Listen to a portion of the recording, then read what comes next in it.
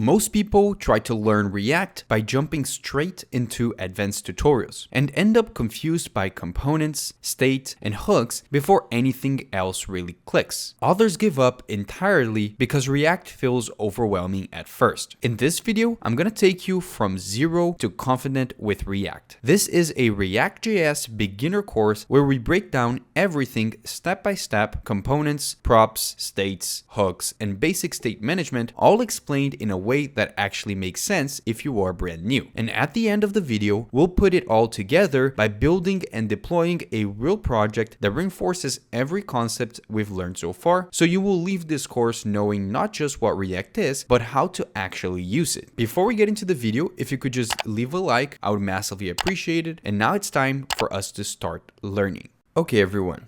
The first thing we're going to learn is how to create your first React project. The only thing that is required for you to be able to set up your React project is, first of all, in your computer, you need to have installed Node.js. So feel free to install Node.js. My assumption is that you have already installed it, just because to get to the point where I think you need to learn React, most likely you have used Node.js in the past. But if you haven't, to download it, you simply click on the download, you choose the version, which just go to either the latest or the current version, you choose your OS, you choose how you want to do it. For example, I'm using Mac. I like to use Brew, but you can choose whatever you want, and make sure to install it using npm. Now, you can use Yarn and npm. They're just package managers. However, in this video, I will be using npm. After that, you should have Node.js installed. Now, the first thing we want to do is we want to create a folder for our React application. I'm going to call this React Course App. And I'm going to drag and drop this into my code editor of choice. What is this code editor? Well, I'm using VS Code, but you can use whatever you want. Now, in order for us to generate a React application, we have to utilize a CLI tool to generate this app. Now, we can obviously build a React app from scratch. However, that is never the recommended approach. It is recommended that you use some sort of build tool to build your React application. Now, there are a lot of options out there. If you're watching this video after 2026, which you 100% are because that's when I posted the video, I will advise you not to use the Create React App build tool that you might see from some old videos, including old videos of mine. That is not the recommended approach, and it is actually deprecated. What I highly recommend you use is utilize a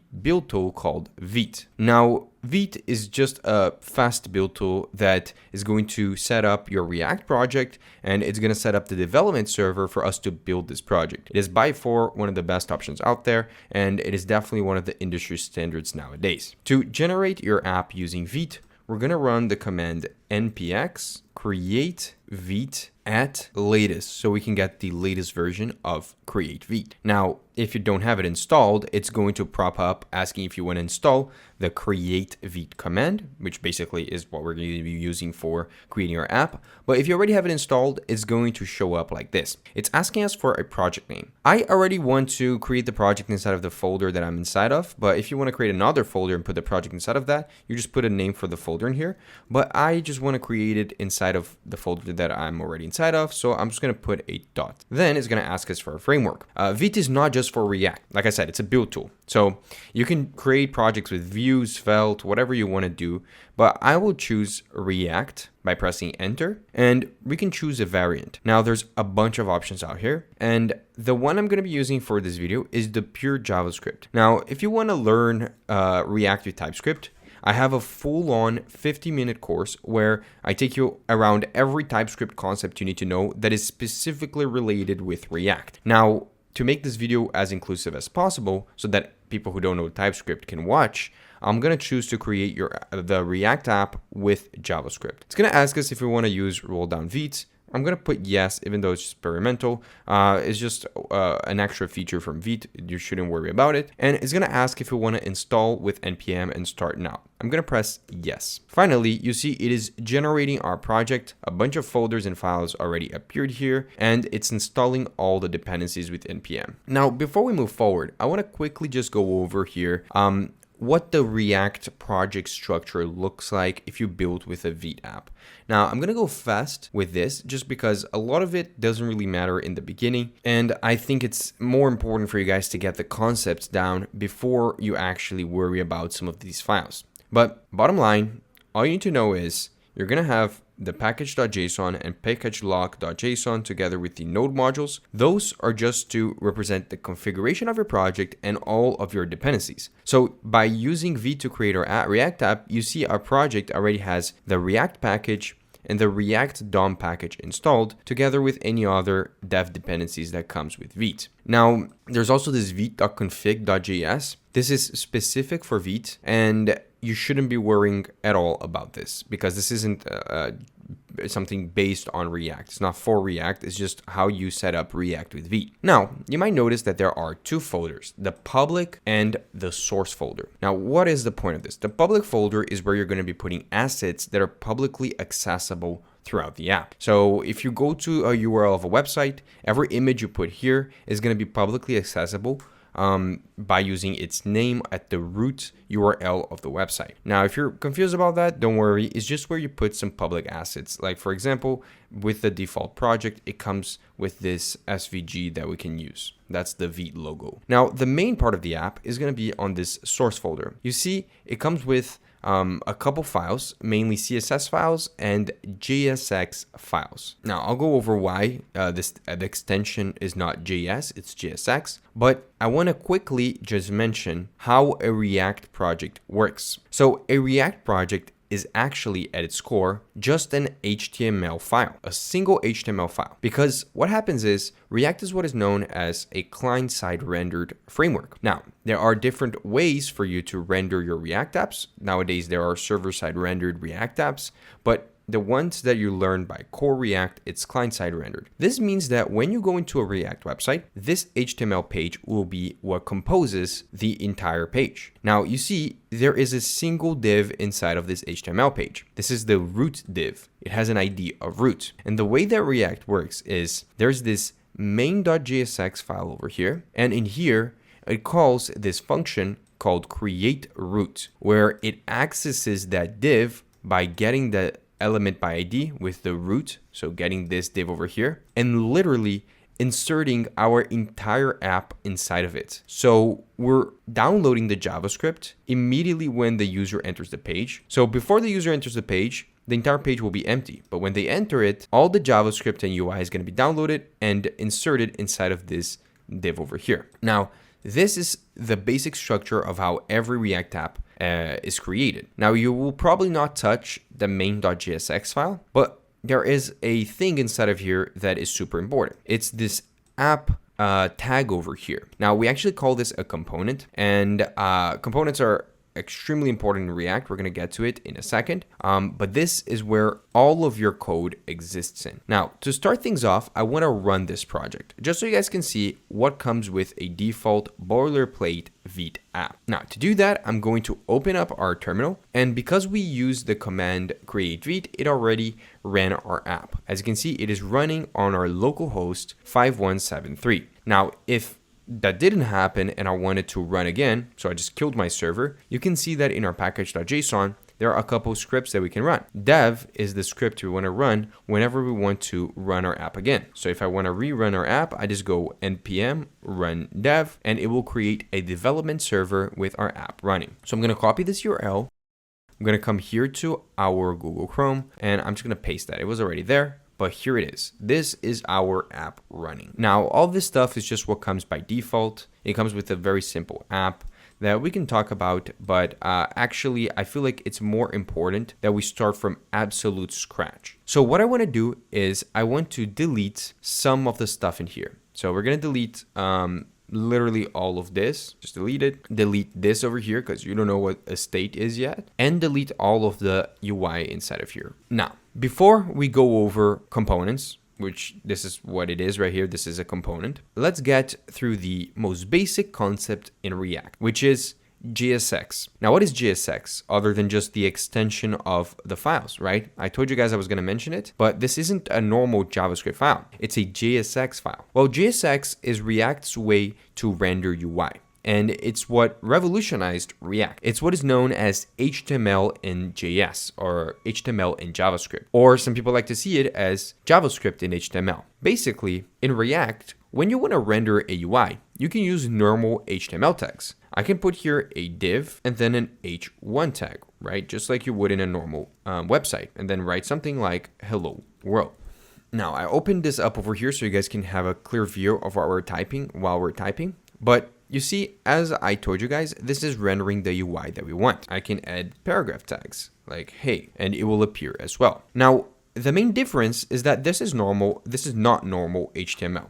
This is actually JSX, which is a version of HTML, but which actually allows you to insert JavaScript directly inside of it. So what do I mean? Well, this is a JavaScript file. So I can create, for example, JavaScript variables. I can create here a variable called name, set it to Pedro, which is my name. I can create one called age, set it to my age. And then I can actually insert the values of those variables inside of our HTML without having to do the annoying thing that you would in normal HTML pure JavaScript projects where you'd have to get the element and insert it, all that kind of stuff. I can actually just directly put it inside of here. For example, if I want to say hello world, I am, and then put my name, I can render the value of the name variable by inserting it into here. Now, how do you insert JavaScript inside of your UI? Well, to do that, you just open and close curly braces. That's how you let JSX know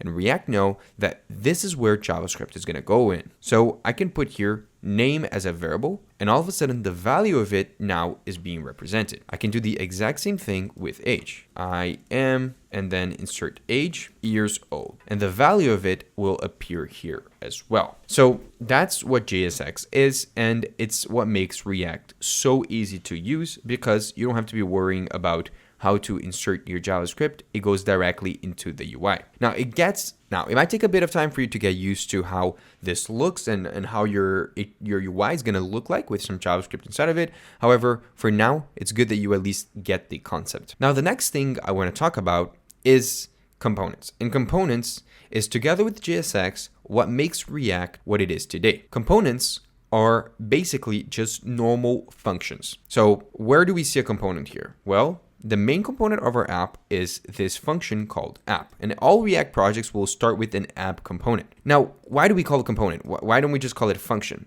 Because even though I said it's just a normal function, it isn't really. It is a normal function in the sense that everything that you would do with a normal function, you can do with this. It is called function, but the main difference is that when you return something from this function, you actually return JSX. So here's what I need you guys to understand. Component is equal to function that returns JSX. So it's a function that returns UI. In React, you can have functions that return strings and numbers like normal JavaScript functions, but those are not components. Another important thing for you to understand is that components, to be able to differentiate them from normal functions, they always start with a capital letter. Now, when you call a normal function, like if I were to have here a function called getName, right? And this function returns a name, Pedro. Right? I could actually call this function inside of here. See? And it still renders Pedro. If I change this to, I don't know, Jack, it still works, right? Now, the difference is that when I call a normal function, I call it this way. I put the name of the function and then I open and close parentheses. To call a component, it's a bit different. We saw it when we went to our main.jsx because this is how we called the app component. You see?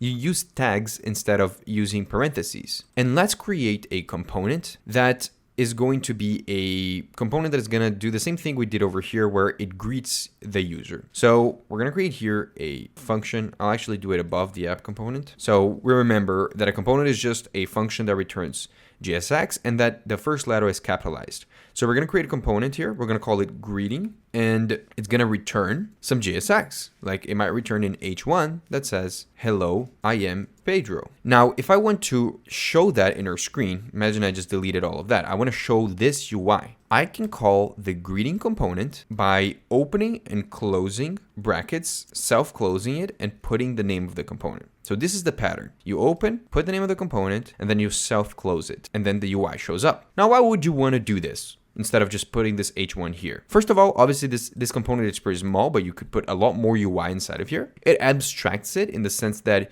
you can organize your UI into different parts of it, which makes your code more organized, but also you can reuse this component multiple times. So I can call this greeting component 20 times and the UI will be repeated. Now you can see the power in that, right? I wrote the code once, but I executed it multiple times in my project. So in your project, for example, you can make a button component that has a specific UI and a specific functionality. And then every time you want to use that same button, you just call that button component. Super simple. Hello. And that's the basic idea about components. You're going to build your entire app using components, and this is the simplest version of what a component would look like. Now, what else can you do with this? Well, we are repeating this greeting multiple times, but it doesn't really make sense, right? To say, hello, I am Pedro 6 times. Maybe we want to make this component be dynamic, meaning instead of saying, hello, I am Pedro 6 times, maybe I can keep the hello, I am part, but make it such that I can customize what the name is. Now, to do that, it's similar to how you would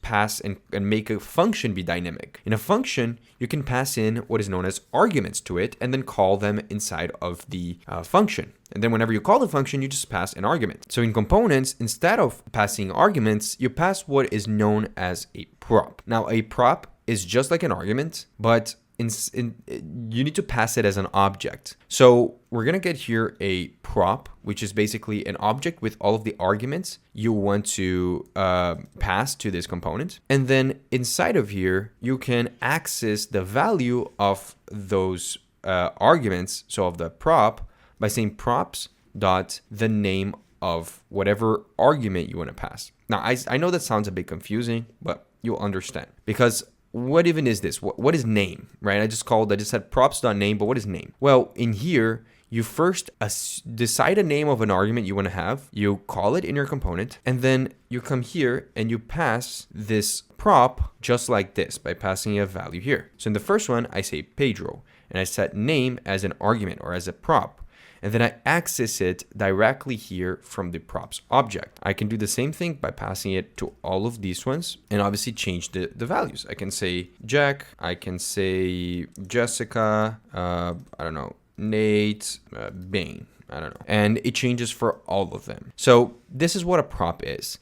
The syntax is a bit different, but the idea is the same as normal arguments. The only thing that you might get a bit confused is with this whole it being an object thing, because what it also means is if I wanted to pass multiple arguments, I would do it like this. I can pass an age here, 24, and then I can just say, hello, I am this, I am, and then say props.age years old, like we had before. And you see that now it gets age as a property as well. Now, another way you could do this, instead of having to create a variable here called props, which is an object, you can directly destructure the values of the prop from the object. So instead of saying props.name, you can just, and props.age, you can just do this. You can just say name and age, which is actually a more common pattern. And then you access the values of it inside of the component and you can just pass them over here. Now, for the ones that don't pass the age, you see nothing is rendered. But this is the basic idea of what a prop is. It's basically passing data down to a component. Now, let's learn about the next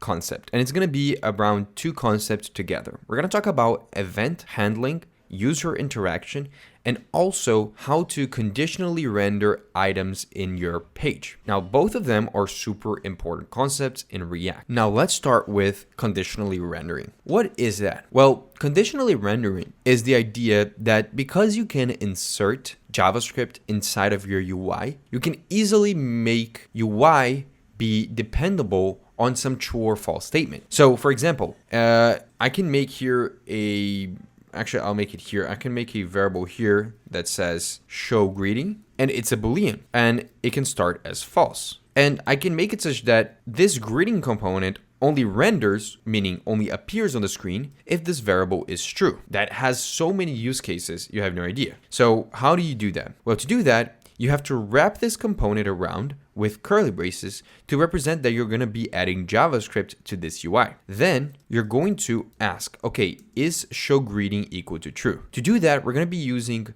logical and ternary operators from normal JavaScript. If you're not familiar with them, I'll speed run through them right now. Basically, if I want to use an inline conditional statement, I can just say, if show greeting is true, then do this. So what is this? This double ampersand basically is, if this is true, then do this thing over here. And in React, to render something based on a Boolean, it's as simple as that. You see, the UI disappeared because show greeting is equal to false. So we're not showing the greeting component. But if I were to set this to true, all of a sudden, this shows up. Now, what if I wanted to show something else, right? I wanted to do an if-else statement.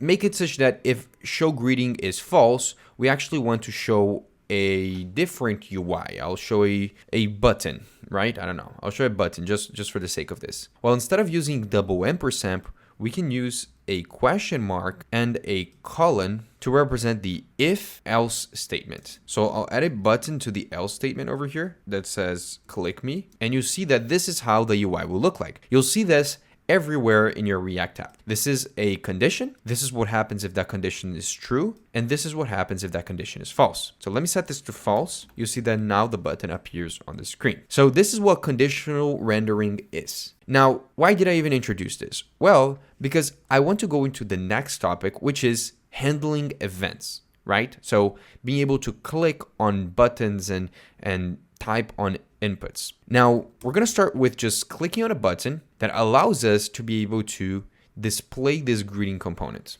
How do we do that? Well, to do that, first of all, I'm going to go back to not being an if-else statement. I'm actually going to copy this button, put it above this greeting, and delete this over here. Just make the UI be like this. If show greeting is equal to true, then show the greeting component. It's set to false, so it's not showing it. And then I want to be able to click on this button and make it such that when I click on this button, it will actually change the value of show greeting to true and show the greeting component, right? So kind of revealing this component in our screen. To do that, I can add an on click. Now, one thing you might notice is that usually in normal HTML, when you pass on clicks to button, the syntax is like this, right? It's not capitalized with the C. But in React with JSX, the C is capitalized. You'll see this with every other kind of normal native props that you would pass to HTML elements. They have this camel case behavior. Now, when you click on this button, we want to change the value of show greeting. Now, how do we do that? Well, we can create here a function, call it change greeting, or actually I'll call it toggle greeting, because what it will do is when you click on this, it will change the value of show greeting to true if it's false, and it will change it to false if it's true. So what we can do is we can say if show greeting is true, then set it to false. And we can do this as well. We can say else if show greeting is false, set it to true. And then all we have to do is call this toggle greeting function when the user clicks on the button. I'll change the label here so that it makes more sense. And let's see if this works. If you are familiar with React, you might know already that this will absolutely not work. So I'm clicking on this and it's not showing the greeting component. Now, why is that? Because you know that if I turn this to true, it does show it. So that logic is working. But why is this not working? Maybe you think, is the function not being called when I click on this button? Well, let's test that out. I'm going to call the alert function here, and I'm going to alert a message that says called function. Let's see if that happens. Well, it does. So it definitely reaches here. But why is the value of show greeting not changing? Well, here is the important topic and distinction that you need to make in React compared to normal JavaScript projects. UI with JavaScript requires the understanding that whenever some state or value in your application changes, it doesn't necessarily mean that your application's UI is changing to reflect that. So what does that mean? It means that right now, when I click on this button, Boolean is changing value. If I console log here, you'll see that show greeting does change value every single time I click on that button. Let's come here. You'll see, let me just clear all of this out. And then let me keep clicking on this button. Why is it saying assignment to a constant variable? Oh, okay. You might be thinking that this is because of that, but no, it still doesn't work. See, it doesn't show, but it does change the values. See, it changes from true to false, but it's not actually reflecting on the UI. And that's because we are changing the value of this to reflect this function, but we're never telling React to repaint our UI to now show the new version of it. So that's called re-render the component. So to do that, we actually have to use a mechanism in React called a state. And a state is, at its core, just a way for you to create a variable that whenever its value changes, the whole component is going to re-render to reflect what the UI should now look like. So states are used when you want to create variables that directly affect the UI being rendered. So for example, in here, this show greeting variable should be a state. Now, how do I do that? How do I create that state? To create a state, you have to use what is known as a hook. So we're going to get there, but there are multiple hooks in React. And I won't go over what hooks are yet, but useState is one of the main hooks in React. So you import useState from React, as you can see over here, and you create a constant with a square bracket over here. Now, to create a state, you need to give a name to the state. I'm going to call it show greeting. And that's the first thing you put in between the square brackets. Now, the next thing you need is kind of weird, which is when you create a state like this, you need to pass an initial value here. Since it's a Boolean, I'm going to set it as false initially, so it doesn't show anything, right? If I did set it as true, you see that it actually works, right? It's acting like a variable, but I'll set it to false. You see that it still doesn't work because with states, you can't change the value of a state like you would a normal variable. You can't just like set it to a value. You actually have to create a setter function for this state that you call when you want to change its value. Usually the pattern is if the name of the state is, for example, show greeting, the name of this function is going to be set show greeting. So you always put set and then the name of the state after. And we have to use this to instead change the value of the state. So for example, in here, we're saying if show greeting is true, we want to set it to false. So instead of doing this, we call that function and we set the value to false. Then in here, we do the opposite, call that function and we set it to true. And just like that, now when I click on this, it actually shows the UI just like we wanted. Because what it's doing is it knows show greeting is false by default. Then when I click on this, we change its value. And because this is a state, it calls the useState hook. It recognizes that because it changed its value, it needs to repaint the entire UI to represent its new value. And when it repaints, it will now know that this is true and thus it should show this. So we can toggle it like this. Now, this is basically what a state is and its purpose. We can actually simplify this logic a bit by utilizing what we just learned about ternary operators. Instead of doing an if-else statement like this, we can actually make it simpler and you'll see this more commonly being done. You can do set show greeting and then just set it to be the opposite of what it is right now, right? Because if it's false, it'll become true. If it's true, it'll become false. Then you see that this still works. Perfect. Now, I want to explain to you guys a different way a different purpose for states. And for that, we need to completely delete everything that we already have here. So I'm going to even delete the greeting component. We're going to start from a completely different example. In this example, we're going to have an input over here. This input is going to ask for the user's name. So I'm going to say type is equal to text, and I'm going to put a placeholder here that says name. So as you can see, it's just a state that when you type on it, it actually allows the user to type. And this would be common in forms, when you're registering your account, all that kind of stuff, right? Now, a state is great because it allows you to keep track of what the user is typing on the input to then use that data elsewhere. For example, I can create a state here. I'll just reuse this logic here. I'll create a state called name and create a function called setName. And because it's a string, right? Name is a string. We put the initial value as just an empty string. Then I can basically update this state's value whenever the user types on this input. So with inputs, there is the onChange function. This allows us to call a function inside of here every time there's a change in the value of the input, which happens at every single character the user types or deletes. So this will call this function multiple times. We can create here a function called handleChange. And what this function will do is it is going to be called when there's a change on the input. And because we are passing it to the onChange over here in the input, it actually gives us access to information about the input itself through the event. I'll call this event. Now, the event gives us access to the actual value of the input. By accessing the event to-do.target.value. This is the same for every input. This is how you get what the user is typing. For example, right now, I can do this, console log value. And you see that if I were to open up this inspect element, open the console, and then let me just clear this up, and I type on this input,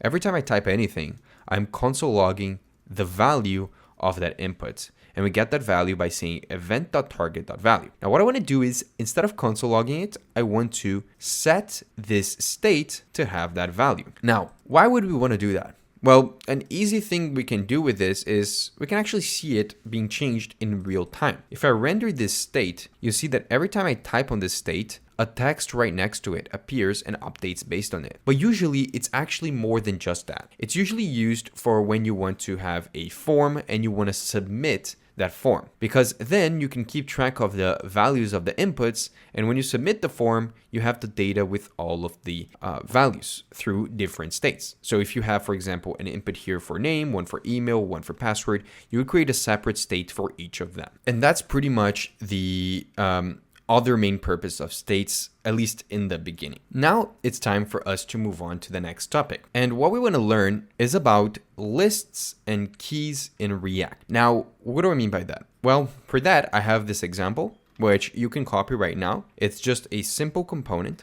called to-do list, which I created, and I'm just calling in my app component. I deleted all the other stuff we had. And this component has a very simple logic. First, it has some UI here that says my React to-dos, and it has an unordered list that renders 3 list items. One that says learn JSX, one that says understand props, and one that says master states and events. This is probably what you guys want to do today. Now, I am rendering the list in our screen, as you can see. Now, I also have this variable here called to-dos, which contains an array, which includes an object for each to-do with an ID and a text. Now, what's the point of this, right? We are rendering a list. This is how you normally render lists anyway, right? Well, the point of this is that in React, it's usually unnecessary for you to render lists manually by adding each individual list item as we did over here. Usually, it's way better for you to render it by utilizing a variable with an array like we have over here. Because we're using JSX, I can loop through this list and render each text as part of a list item. How do I do that? Well, you do it like this. To render a list, you open and close curly braces, you call the list, and you call the map function. Now, the map function, if you're not familiar with in normal JavaScript, it's normally used for you to alter values of a list, like alter each individual value. But in here, what you can actually do is you can loop through a list in your component, and for each item, you can return some sort of UI. For example, if I wanted, I can just return a random text here, and you'll see that because there are 3 items in this list, I'm rendering this paragraph tag 3 times, as you can see. If I were to add way more items here, I don't know, it would show those items as well. Now, that's not exactly what we want to do here. What we want is to actually render the text inside of each item. So what you can do is you can render not a paragraph, because we're in a list, I'm just going to render a list item, and I'm going to render the to-do.text. I can access the value of each item in the list and render the list just like this.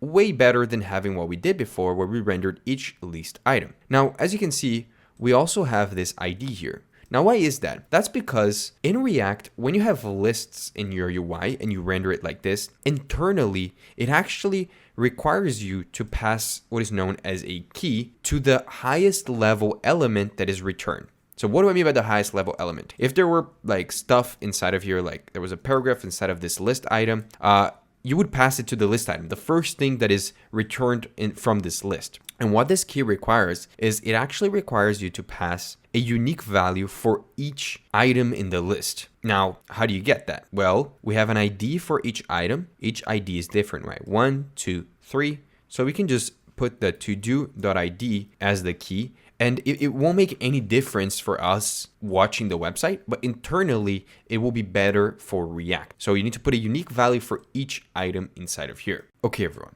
Now we've learned most of the core concepts of React. Now I'm going to introduce you guys to slightly more intermediate concepts that are more applicable with everyday working. The first one is we're going to learn how to evolve building forms. So what I'm talking about is I'm going to show you guys how to build a basic form in React, right? We kind of went over slightly what this is. And then I'm going to show you guys how to do it in a more advanced way by using one of the most common libraries out there for forms. And why did I choose to show you guys this, and why did I choose to teach you guys this as early as I am in this video? Well, you're going to be building forms all the time in React, and understanding how to do them properly is super important. Also, this will reinforce some of the topics that you've learned so far before we get into more complicated ones. Now, in order to do this, the first thing I did is I created a component called the sign-up form. This component looks like this. Now, there's a couple things I want to address before we move forward. The first thing is, you might have noticed that this is the first time we create a component not in the same file as we had before, the app.jsx. You can actually create components anywhere in your project, and it's usually recommended that when you create a component, you create a separate file for it. In here, as you can see, we created this folder called components inside of the source folder, and inside of it, we put this file called signupform.jsx. Now, inside of it, I created the component signupform. Now, in order for us to actually render this component, because remember, our entire app exists inside of this app component, so I have to call it somewhere here. So in order to make that happen, we can come here and call the signup, like the signup form. But then, wait, where is it? Like, there's no autocomplete. And the reason for that is because we need to export this component out of this file. How do we do that? Well, we do that by putting the export default command right before the declaration of the function. This will make it such that we can actually call this component in other files. And you see that this is how it looks like. Now, that's the first thing I wanted to address. You can create components in separate files. You import them just like this by putting the path to the file and giving it a name and then calling it. Don't forget also that you have to export default in order to make it accessible in other files. Now, the next thing I wanted to address is something that I didn't want to spend too much time on, which is how to actually use CSS in React. The reason why I don't want to spend time with that is because this isn't a CSS video, and people use CSS in multiple ways. Some people like to do pure CSS, some people like to use Tailwind, some people like to use component libraries that don't even require them to use CSS. But just to get this in your mind as quickly as possible, you can do CSS normally through CSS files, and this is already happening. You can see the page is not just white. It comes with some default CSS when you set up the project in both of these files over here. But also you can apply individual CSS to elements by, for example, adding a style property like you would in normal HTML. You can put this kind of notation here where you can apply CSS-like properties to elements whenever you want to add a style. Now, I don't really care about the UI. I care about functionality, at least for this video. So this is the form that we have. And this form is pretty simple. It requires you to pass an email like pedro@gmail.com and a password just like this. The way we did this is I created here a form, and that form contains an input for the email. It has a type of email, and it contains an input for the password. It has a type of password. Now, with forms, normally in normal HTML, you should be familiar with this format where you have a form. It has an onSubmit, that it's a function that is called when the form is submitted. And to submit the form, you need to have a button that has a type of submit, meaning that when I click on this button, it's going to call this handle submit function, which is what we pass to the onSubmit. And right now, it's not really doing anything. I can alert a message here saying submitted, and you'll see that I can submit, right? Now, the most basic way in which you would handle this form is something that we have learned already, which is we would create two states. Why two? Because we want to keep track of what the user is typing on the email and on the password. So we would create two states up here at the top, one for email and one for password. Then we would go to each input and we would pass an onChange to them. Now, in order for us to not have to create separate functions for each onChange, we can actually call the function inside of this onChange. We don't have to make a separate function for it. This is also known as an inline function or an anonymous function. It's a function that doesn't require you to give it a name. You just create it inside of this onChange, for example, and you can write logic here. For example, I could technically alert something. I'll just alert a message here. You see that whenever there's a change to this input, it alerts that message. See? So it's a function. It's easy for inputs like this when you have an on change to, instead of creating a separate function, you just put it directly like this. Now what we want to do is we want to do this. We want to set the email state to have the event.target.value so that we update this state to have the value of whatever the user is typing. Now we can also do the exact same thing for the password. We'll pass an on change and set the password to have that value. And now when I alert this message, I can do the following. I can say alert submitted with email, and then I'll insert the email. I'll just add here the email value, and then I can also add another text that says and password, and then add the password at the end. So this is just what I am alerting. I'll put here an email, pedro@email.com, and then I'll write a password here. And I'll click create account, and you'll see that submitted with email, pedro@email.com, and password 444, which was what I typed. So we're correctly handling this form. In reality, in this handle submit, you would submit this form to your database, or you would register a user or something like this. Also, when we're dealing with strings like this isn't React specific, but it's actually not the best way to, like if I want to insert a variable inside of a string, it's not really the best way to do it just like this. There's actually a better way in JavaScript, which is by using string templates, which is I can use this backtick notation here. And then what I can do is I can just insert the variables by using the money sign, curly braces, to inject JavaScript. So I can insert the email directly into a string and the password directly into a string by doing this. Now again, this is JavaScript, not React specific, but it works the exact same way as you can see, and it looks a lot cleaner. Now, this is a basic form. How do we go ahead and make a more advanced form? Well, a more advanced form would deal with situations that you might have never even thought of. For example, handling what we allow or we don't allow when submitting this form. For example, if I don't put a password and I click create account, the handle submit function submits the form anyway with an empty password, and you might expect that that doesn't make sense. So what we need is input a validation so that we can assure that the user submitting the form submit the form in the way that we need them to. So that means that, for example, when the user is typing on the form, we can add whatever type of validation we want. We can validate if the password, for example, we can put it such that we only allow the form to be submitted if the password has a minimum amount of characters of 3 and a maximum amount of characters of, 10. Or we can ensure that it has to have a symbol, a letter, and a capitalized letter or something like that.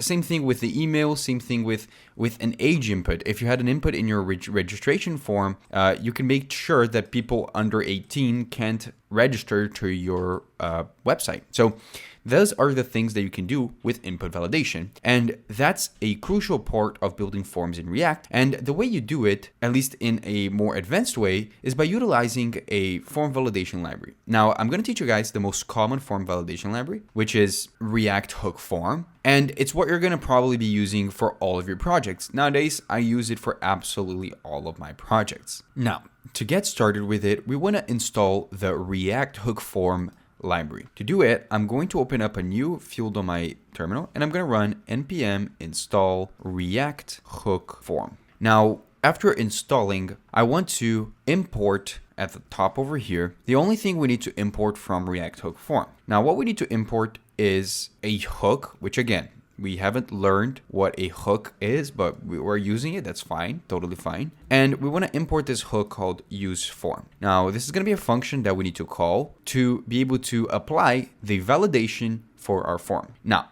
this means that because we're using React Hook Form, we don't have to do this kind of validation or this kind of state record keeping of our inputs. That's done all by React Hook Form. What we need to do instead is the following. We have to call the useForm hook, and it will allow us to access a couple things that are important. The first thing is a register function. The second thing is a handle submit function. And the third thing I will deal with later. Now, this handle submit comes from the useForm, and it's going to be called when we want to submit the form. Now, we already have this handle submit function over here. That's why it's giving us an error. So I'm actually going to call this onSubmit. I'll change the one that we created before to onSubmit so that there isn't a conflict between them both. Now, what do we do with this two functions that we got here, the handle submit and the register? Well, the register function is what we use to be able to apply the requirements and validations for each input. So for example, check the email input over here. When you think of an email,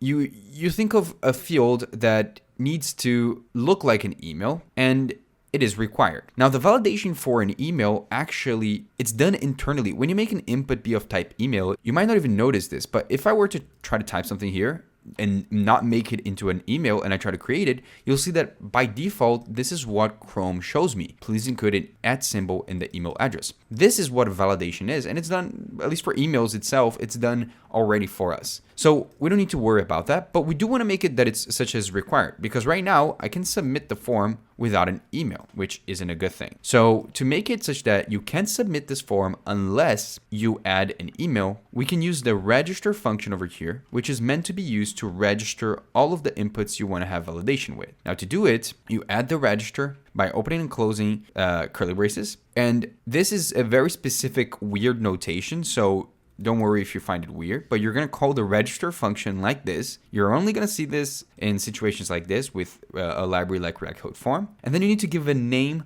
to this input. You give it a specific name. Since this is the email input, I'm going to call it email. And we're going to do the exact same thing with all of our other inputs in our form that we want validation. We'll do the same with the password, and I'm going to call it password. Now, this just registers the field, but it doesn't apply any requirements for it. We're going to do that in a second. We now want to just make it such that we, again, are able to alert a message when we submit the form, which was something that we were doing before. We stopped doing it because we got this handle submit function from React Hook Form.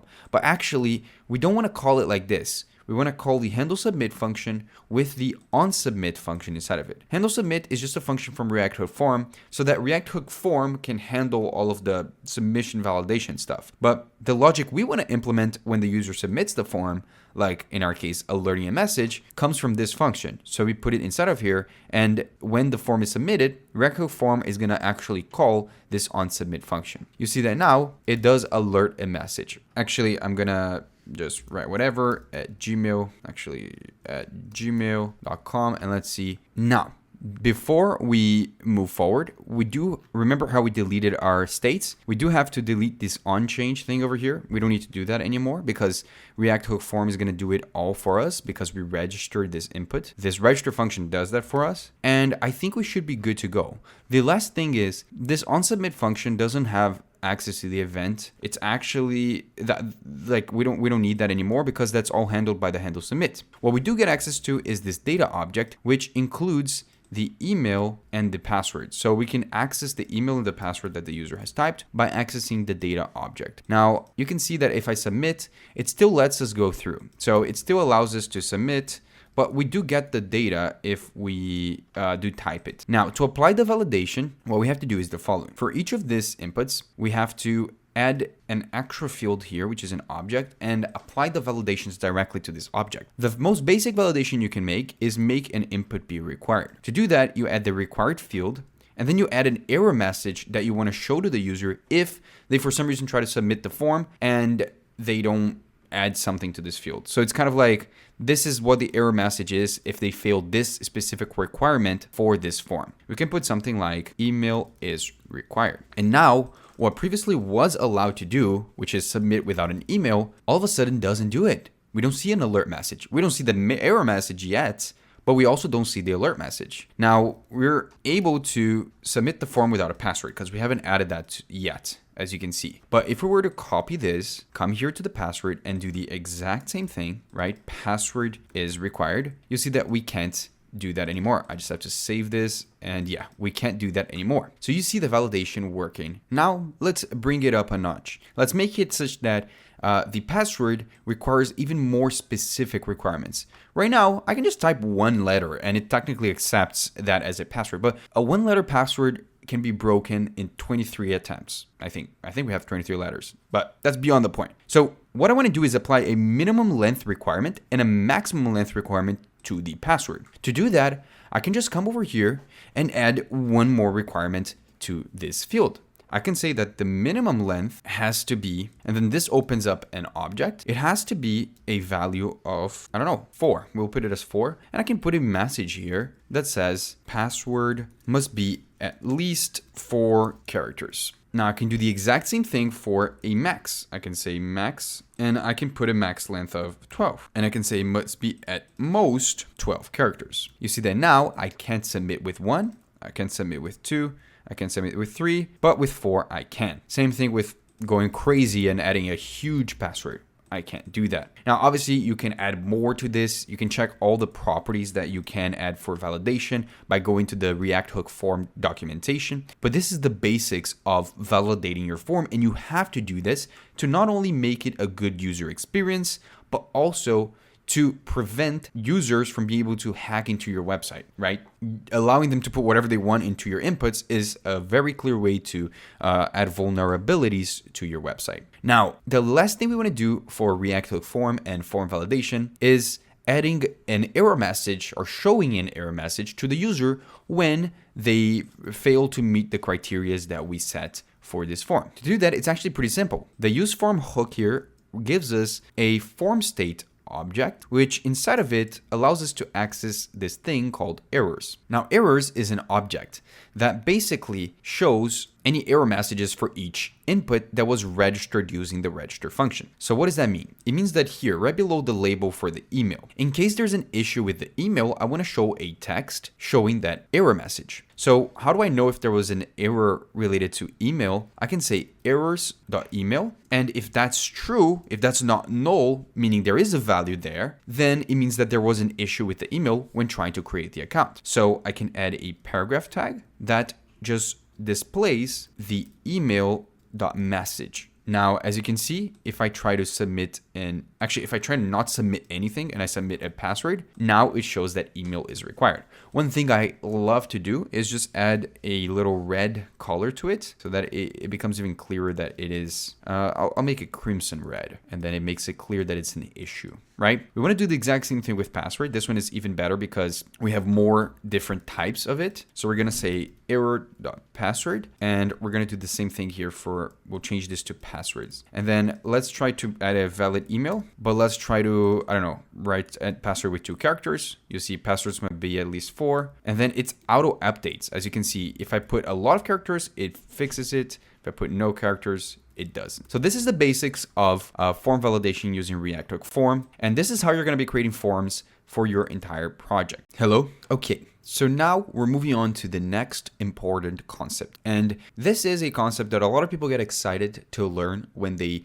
first learn React, because they immediately run into an issue where they want to build multi-page or multi-route websites, but they don't know how to. Because in HTML, it's pretty simple. You just make an HTML page, you link it with a normal A tag, and all of a sudden you can go into your, about page, you can go into your contact page, whatever it is, by using the routes at the top of your page. Now, in React, this is a bit different because there's a difference between 2 different ways to render routes. One is SPA, which is known as single page applications, and the other one is MPA, which is multi-page applications. SPAs basically loads one HTML page and it updates dynamically on the client, while an MPA will load a new page from the server at each route. With we are dealing with an SPA, unless you're using something like Next.js, where you're able to have server-side rendered pages at your disposition. However,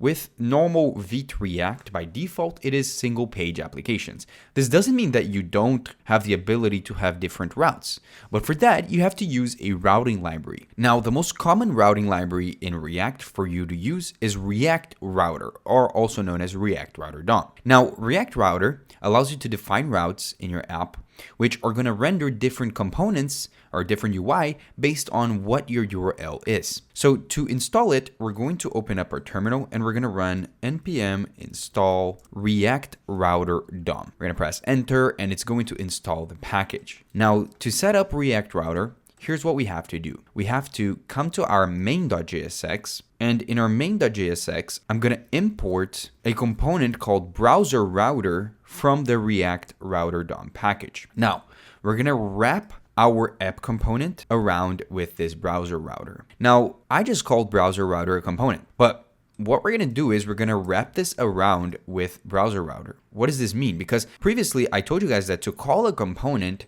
you have to make it self-closing, right? You can't do it like this where you open and then put stuff inside and then close. Well, you can. This is also known as a wrapper component, which is a component that in its props, it accepts children UI and other components. Now that's something we're going to be dealing with later on, but for now just know that you have to wrap your entire app around with this, because what this will do is it's going to enable routing from React Router DOM in your entire app. So anything outside of this won't have access to routing. Then we're going to go into our app.jsx, and usually in projects that are single page applications that has routing in React, the app.jsx is going to be where you define the different routes. To define the different routes, you're going to call in this component called routes from React Router DOM. Inside of it, you're going to call individual route components, which each route represents a different route you might want to have in your app. By default, you're going to have the home route. It's just the route that shows up when you go into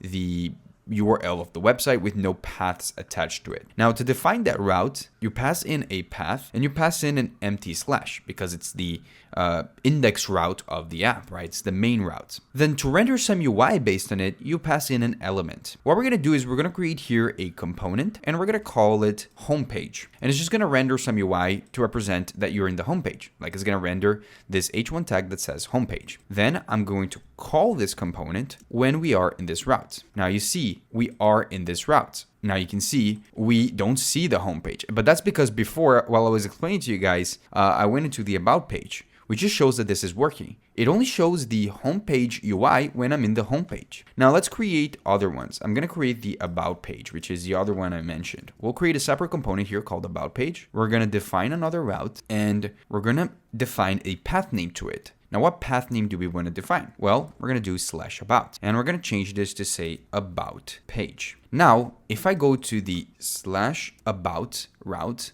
it should render this UI. Great. Now, what happens if I go into the, to a route that doesn't have a definition? Well, nothing shows up, and that's actually not a good user experience. You can actually define a fallback route whenever a user tries to go to a route that doesn't exist. To do that, we're going to put an asterisk to this route, and we're going to make sure that it is the last one. Then we can render some UI that we want to show when the user goes to a page that doesn't exist. For example, you can put here 404 not found, and I'm going to make this into an h1 tag, just like this. Actually, I'll do it like this. Perfect. And now you can see that if I go to any route that isn't defined, it will show this same UI. Now, this is the basics of working with routes, but it's annoying to navigate through them using by manually changing the URL. So I want to make a navbar in this page that is going to appear at the top here or above the UI that is changing. Now the way I define this is I'm going to come here to this div and I'm going to define a nav. Inside of it, I want to render the links to the home page and to the about page. To do that,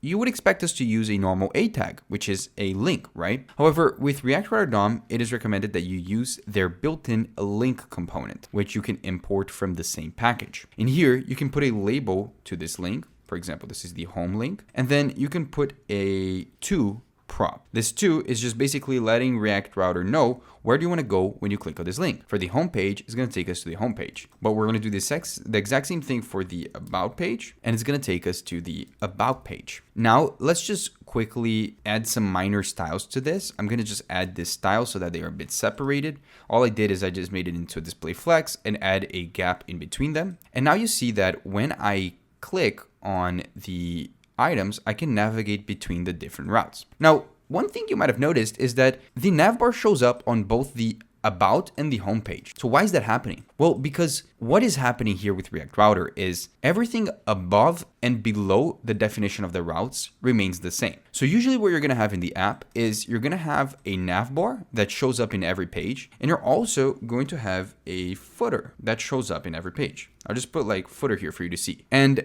whatever goes in between is what changes based on the route. So whatever goes here, you don't put a navbar inside of here, you put it above the definition of the route so that it shows up on every single page. Now, that's basically it for routing. Now, obviously, there's a lot more to it. There are dynamic routes, there are nested routes, a lot of things that you can learn from routing. However, this course will include us building upon the concepts that we're learning. So some of this stuff you're going to learn in the next few chapters. But for now, this is enough for you to know so that if you want to build a website and you want to stop the tutorial right now, at least you will know how to create different pages. Okay, everyone. Now I want to build upon the previous topic and teach you guys about one of the most important topics in React for a beginner. And what I'm talking about is dealing with more complex states and global states. Now, in order for you guys to truly understand what this is and how it works, I need you guys to follow the following example. Now, you can get the initial code for this because we already have here some code written down and we're going to build upon this code.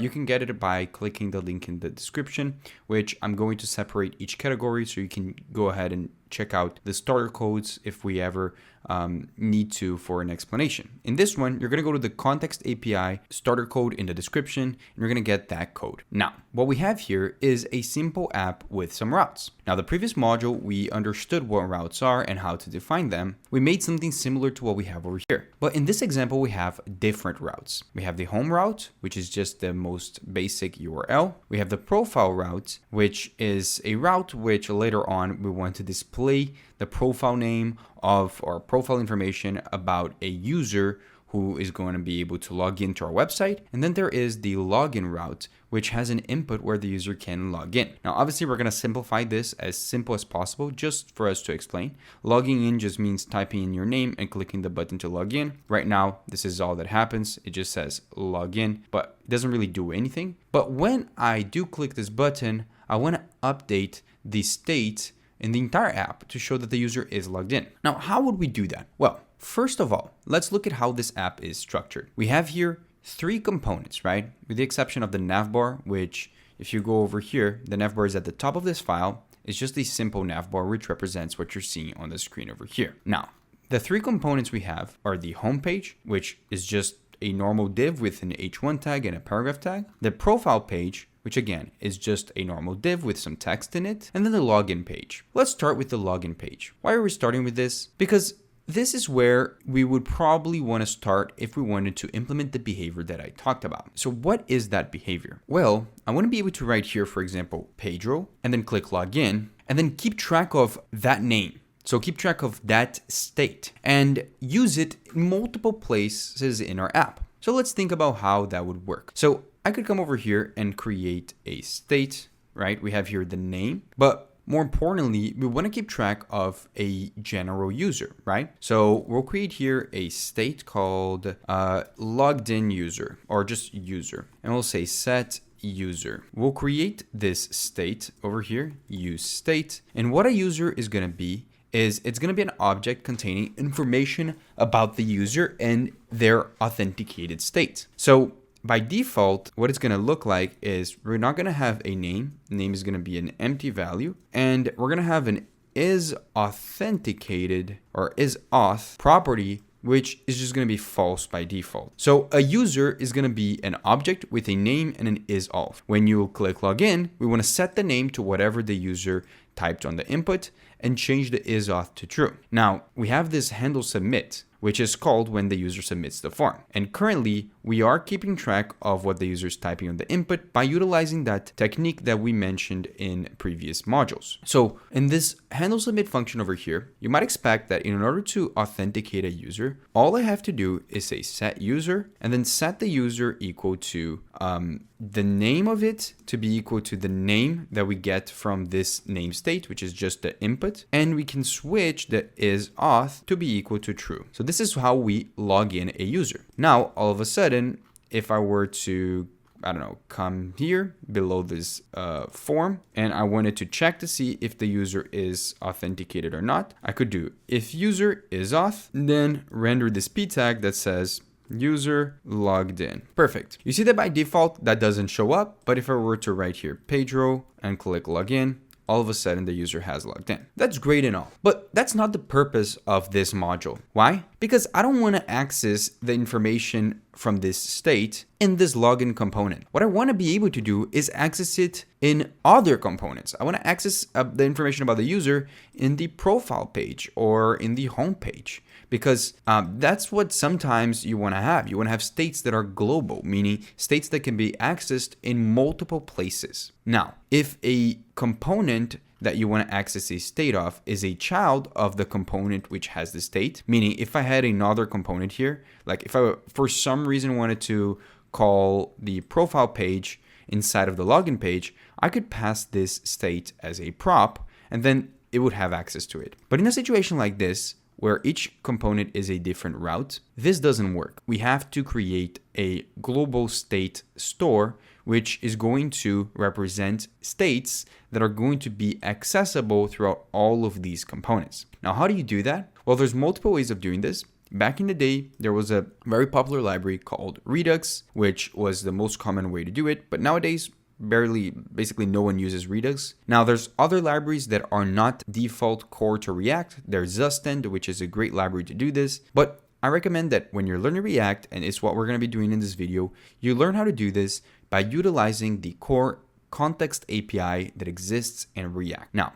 how does it work? Well, let's think about it this way. I want to have a state, which in this case is the user state, and I want it to be accessible in the profile page, in the home page, and also in the login page, because this is where we're going to set the value for that state. So what I want to do is I want to create here a context file. We're going to call this the auth context.js. Now, this file, we're going to create what is known as the context. Well, the context is a React object that is going to let us share values across the component tree without having to pass props manually at each level. To create it, we just create a variable, give it a name, usually call it, for example, in this case, it's going to be the auth context because it's the user authentication. And we're going to click it equal to create context. We import this create context package or function from React and we set it its initial value. Now, you'll usually just set this to be null initially. Now, what do we want to do? We want to go to our app.jsx and we're going to go to our app component in the app.jsx. This is the entry point of our app. This is where we call all the other components. So basically, we want to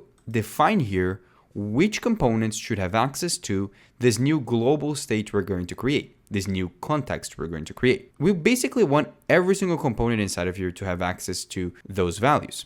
So the way we define that is we grab the auth context that we created and exported, and we call it by passing in a provider. And then we wrap this around all of the components that we want to have access to it. So if for some reason we only wanted the navbar to have access to the states and functions that are going to be created in this auth context, I would just wrap the navbar around with this. Now, I want to do this because I want all of these ones to have access to it. So that's what I'm going to do. Now, this means that we created a store and all of these elements should have access to it. Now it's time for us to define what kind of data and functions we want to put inside of that store. So above this, I'm going to have to create the states in here. So remember how we created here the user in the login page? Now we want to change that. We want to create it in the app component because then we can actually pass it down to all the other components. Now we'll create this over here, and in order to pass the information for it, we just have to pass in a value to this provider and pass in the user inside of it. Now, I don't recommend passing down the set user function, for example, through your providers.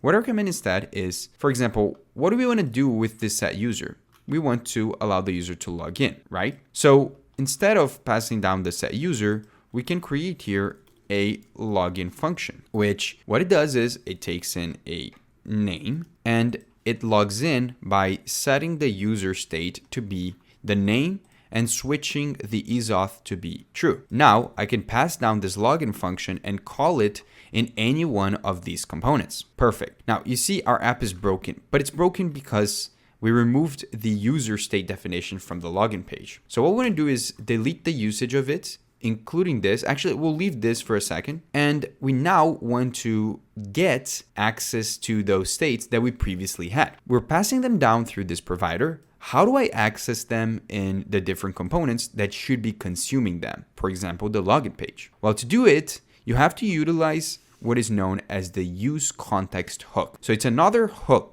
in React. And the way it works is we call here the use context, we import it from React, and then we pass the auth context. We pass what context we want to consume inside of this use context. And all of a sudden, I now have access to all of the value that is passed in the provider. So both the user and the login. You see that if I pass here the user and the login, the app isn't broken anymore because now this user object exists. Now we do need to utilize the login function to make it work again. So we're going to call the login function and we're just going to pass the name inside of it so that it actually logs in the user, and you'll see that it still works. Great, it's working. But maybe you didn't see yet the real purpose of this, because now what happens is every other component in this auth context provider has access to this information. For example, let's go to the profile here. In here, I want to utilize this state to list out information about the user. Now, in this example project, obviously, we don't have a lot of information. Literally, a user is just their name. So I want to display their name over here. How do I do that? Well, pretty simple. I again call the use context hook over here, pass in the auth context, and then I can get here the user information and replace this text with the user.name call. And as you can see, the user that logged in appears with that name. Let me actually write a proper name. I'm gonna come here and write Pedro and click login. You'll see that Pedro now appears here. We can even do some cool things, for example, on the homepage.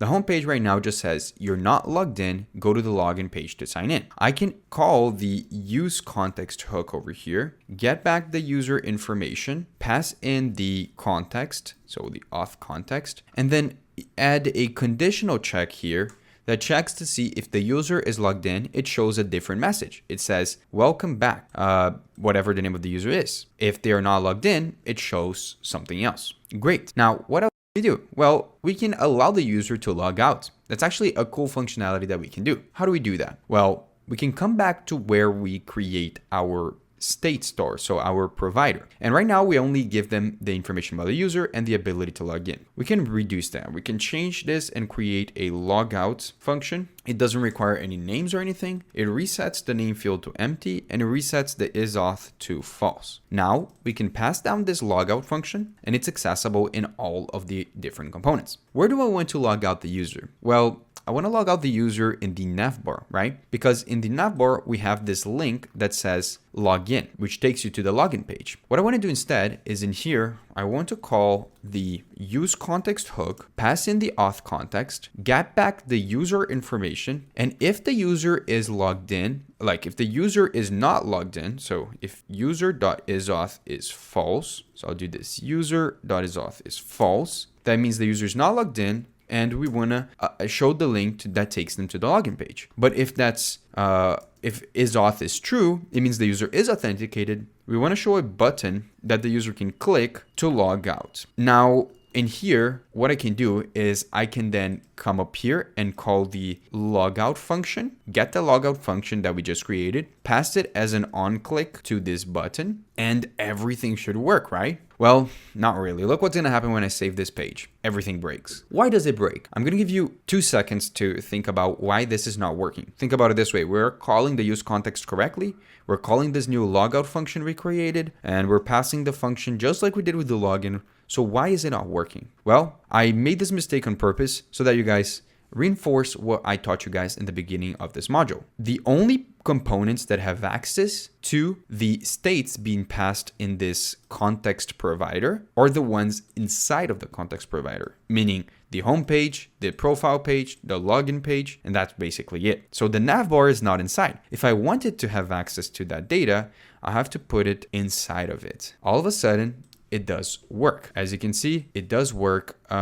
It does have like a bit of a bug because in here, I shouldn't be checking to see if user is not equal to no. I should be checking to see if isAuth is true, and then it works. You see, we're not logged in. There's no user here. Go here, log in. I'm going to put Jack Reacher I don't know if that's a name. Click login. User is logged in. This becomes a logout button. Homepage shows the name. Everything works perfectly. Now look what happens when I click logout. Boom. The user does log out. So this is basically it. This is the point I wanted to make. And this is one of the main benefits of using the context API. Now, in this example, we created a simple file here called auth_context, which creates this context and exports the file. As we get into our project, we're going to utilize the same logic, but we're going to be working in a little bit more complex version of it that looks a little bit more similar to what you would see on your day-to-day life. Now it's time for us to talk about side effects in React. Side effects are a very complicated topic for a beginner, in my opinion, because a lot of them don't really see the use case right off the bat. However, it is important to set up the foundation because the theoretical part of side effects and the useEffect hook in React, in my opinion, are more valuable than knowing how to use the useEffect hook as itself. Now, what exactly is a side effect in React? Well, basically, anything that touches, well, in React, you have states. For example, I can have this count state over here, which is a number, and I can have this button in my project that allows me to have a counter. Now I'm going to import the useState hook over there so that we can test this example. It's just a button that when I click on it, it increases this counter. This is the most basic React state example you might see in the internet, but it will serve as a good example for this video. Now, in this button, I can click on it, right? And it will increase the value. So every time I click on it, the state changes. And because it's a state, it re-renders the page. Now, a side effect, for example, would be something that happens because this state changed. So what does that mean? It means that in React, you can run and execute code that are side effects to something that happened. More specifically, to represent code that you can execute on the rendering process of your components. So I know that sounds a bit complicating, but I'm going to break it down for you. The React component lifecycle represents the different stages of what happens to a component when it appears on your screen. So there are 3 stages to that lifecycle. There is the mounting state, there is the updating state, and there is the unmounting state. So what are the 3 of them? So if I, for example, have here a state called show counter, and it's a Boolean, and the counter button that we created only shows if that Boolean is true. Now I could add a button here that would show the counter, and we can basically on click and call the set show counter and toggle it, right? We can say show the opposite. So I can now click on this button and it will show the counter and then hide the counter whenever I click on it again, right? Now, why did I do this? Well, to represent the following. The mounting stage of a React component is when it first shows up in the screen, right? It's when you mount it in the screen. Right now, the component, this part over here, is not mounted, and now it is. Now it's not, now it is. So if I were to actually create a component here, let's create a example component. Actually, I'll just call it counter. It's just the component that represents the counter. And I'm going to copy this and I'm going to return this counter. And then I'll call it over here. So you guys can really understand that this is related to components, right? Now I'm going to copy this counter state. I'm going to put it in here because it's related to that. And then all of a sudden it still works, right? So when I click show counter, this component mounts. When I click it again, it unmounts. But when the state inside of it, the count state updates, then it updates. So those are the 3 stages. It is the mounting stage when it appears, the updating stage where the component re-renders to show a new state, and the unmount stage where I hide it back again. So those are the 3. Now, why am I explaining all of that? Because in React,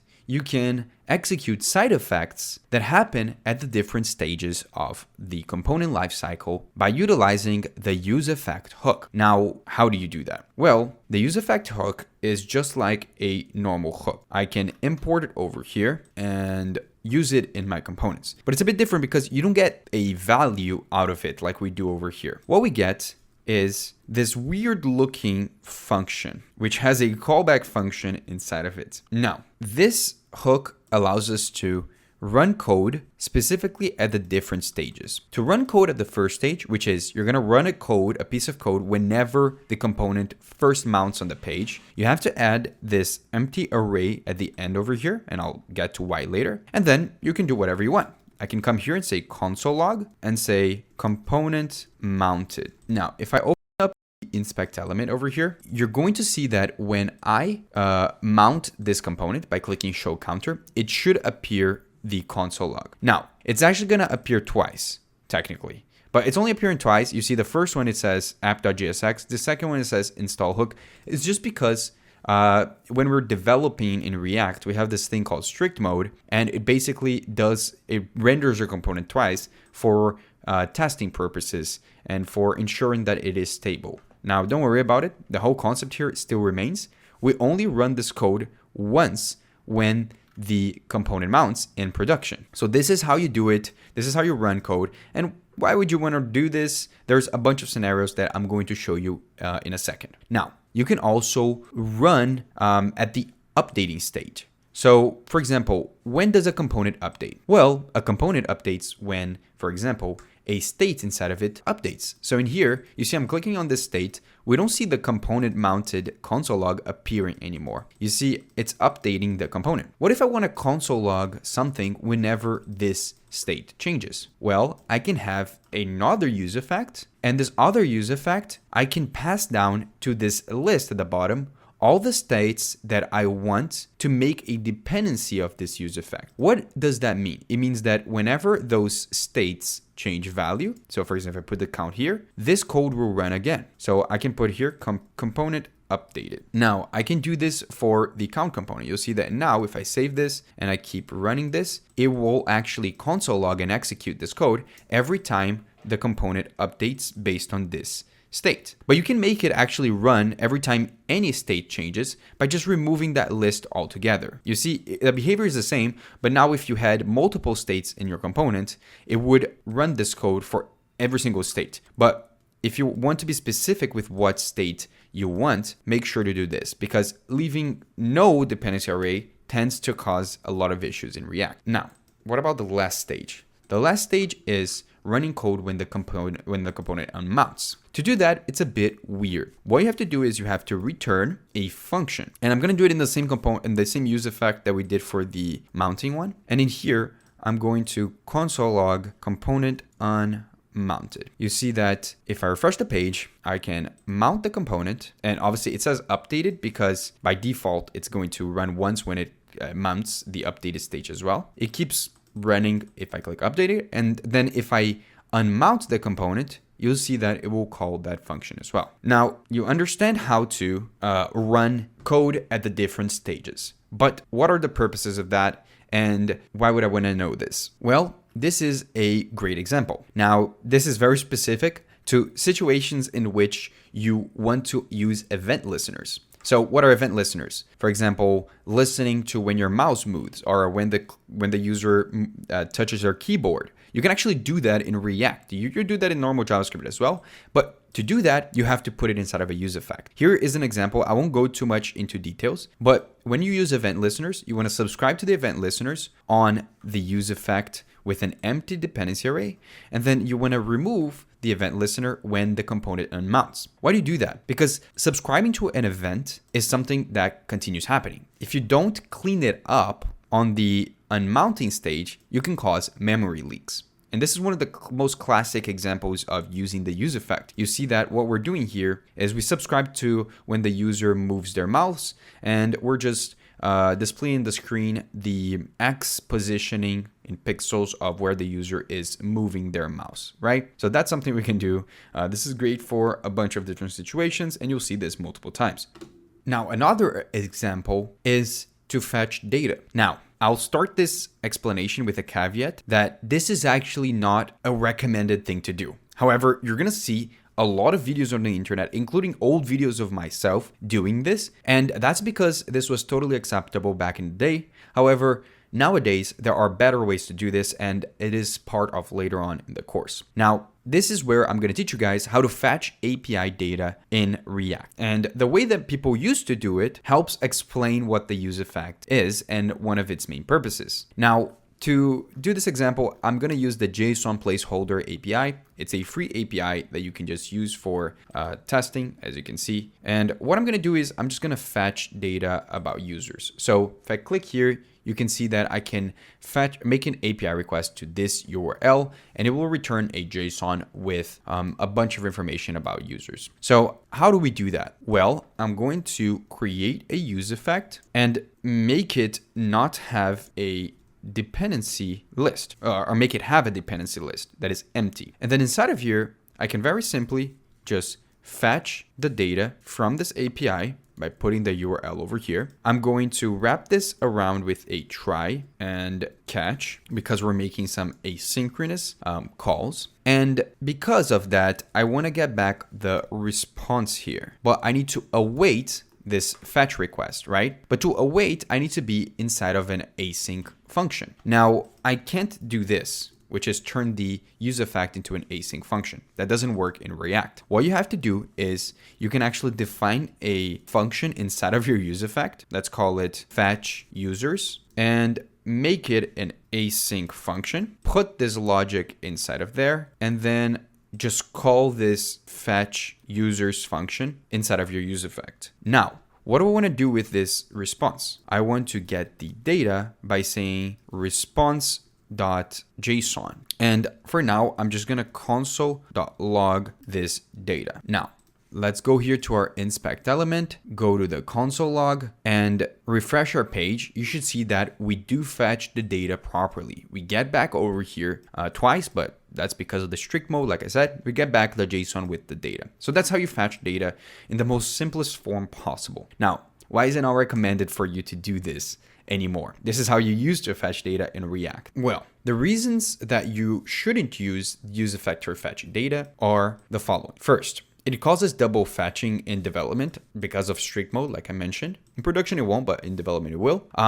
Because useEffects are meant for side effects, this can cause issues of race conditions. Also, it can cause unnecessary re-renders of your component. For example, if you remove this dependency array from here and you changed a state after you fetched users, this could easily cause issues where your component re-renders and refetches the data infinitely. This has caused issues to so many people. And more importantly, this isn't the point of the useEffect. The point of the useEffect is mostly for subscriptions, like event listeners, timers, intervals, logging, and stuff like that, and not for fetching data. Now that brings up the question, what should you use for fetching data? Now I'm going to introduce you guys in a very small module to the best server state and data fetching library out there, which is called 10-stack query. I'm going to make it as concise as I can because this isn't a 10-stack query course, but in my opinion, it is the way you should be fetching data in React. And if you want to get a more in-depth course on 10-stack query, I have multiple videos in my channel that I'm going to link to this video.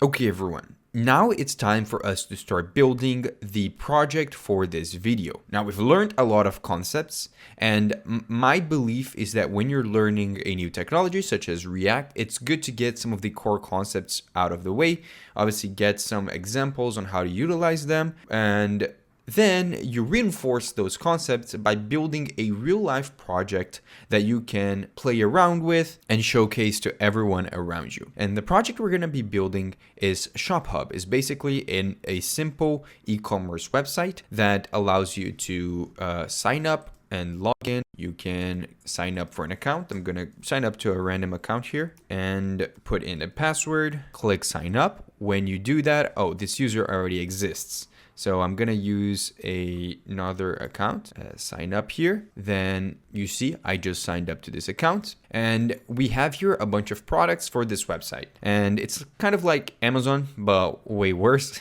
or way simpler. Basically, we can add products to cart. We can view them in their individual pages. I can click add to cart and I'll add multiple products here to cart. Let me add them and then I'll come here to my cart. And you see that we can see all the items we added to cart.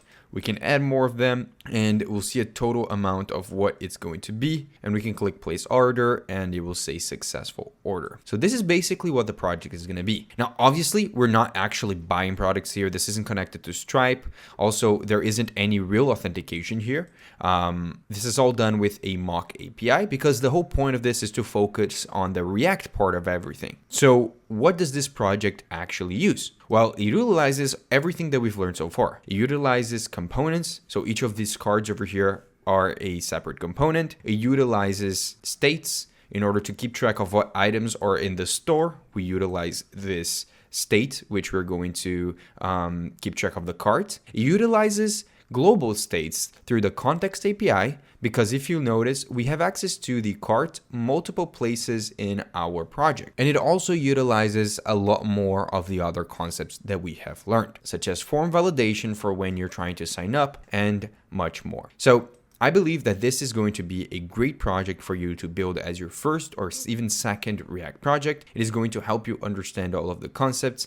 And the best part is that we're going to be coding this as if we were coding a real project. We're going to start by creating a GitHub repository. We're going to be pushing code as we go. And in the end, we're going to deploy this project so that you can see your own website live and showcase it to everyone in real life. So really excited. Let's get going. Okay, everyone. Now, the first thing we want to do is create a repository for our project. I'm going to go ahead and go to github.com and I'm going to click on new and I'm going to create a new repository. For this, we're going to call it Ecommerce React course website. This is actually what you guys are going to see when I link the code in the description, so that you can access the code for this video. I'm gonna then click on create repository. We're gonna keep it as public and we are brought to this page. Then we wanna open up a new project on VS Code, something completely outside of what we were working on before. Now I'm gonna create this project. I'm gonna call it, it's gonna be a new folder. I'm gonna call it e-commerce website. And we're just gonna drag and drop this into our code editor. Then we want to generate our React app. You've learned this already. That was the first thing we learned. So the way we generate it is we're gonna run npx create Vite at latest. And that's gonna ask us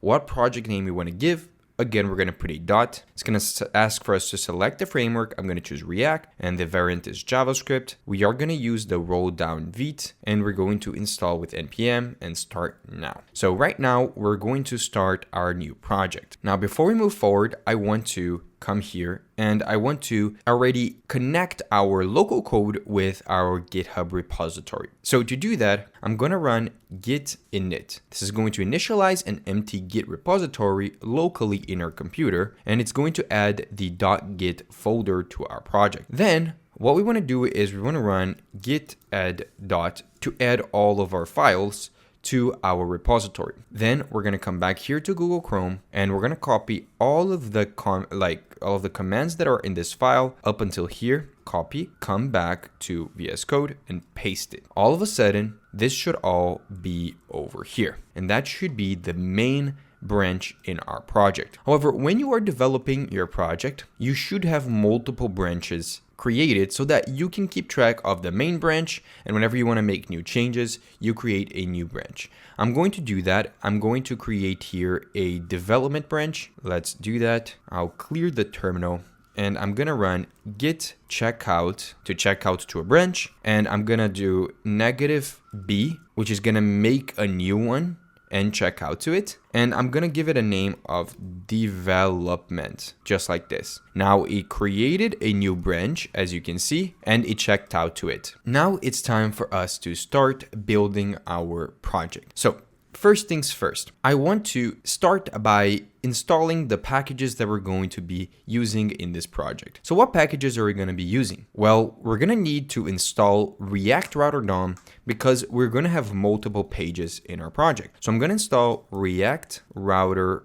DOM and that should be good to go. Then we also will require the user to fill out a form in order to sign up and sign into an account. That requires us to have some good form validation. So I'm going to add the React hook form package. I don't know why I just wrote it like that. We need to do it like this, React hook form. Perfect. Now we're pretty much good to go. Now, I want to do some initial rearranging of our project. The project is actually live and available for us to see if I open it up in our localhost 5173. Now, what I want to do is I want to start off by deleting this index.css. That's just a personal choice. I won't be focusing a lot on CSS at all in this project because, again, this is a React course, so I don't want to be dealing with CSS. I already wrote the CSS for this project, and I'm just going to copy and paste it entirely inside of this app.css file. So we don't need two CSS files, we're going to be using one. This means that we can delete this import on our main.jsx, and in our app.csx, I'm actually going to delete everything here and copy all of the CSS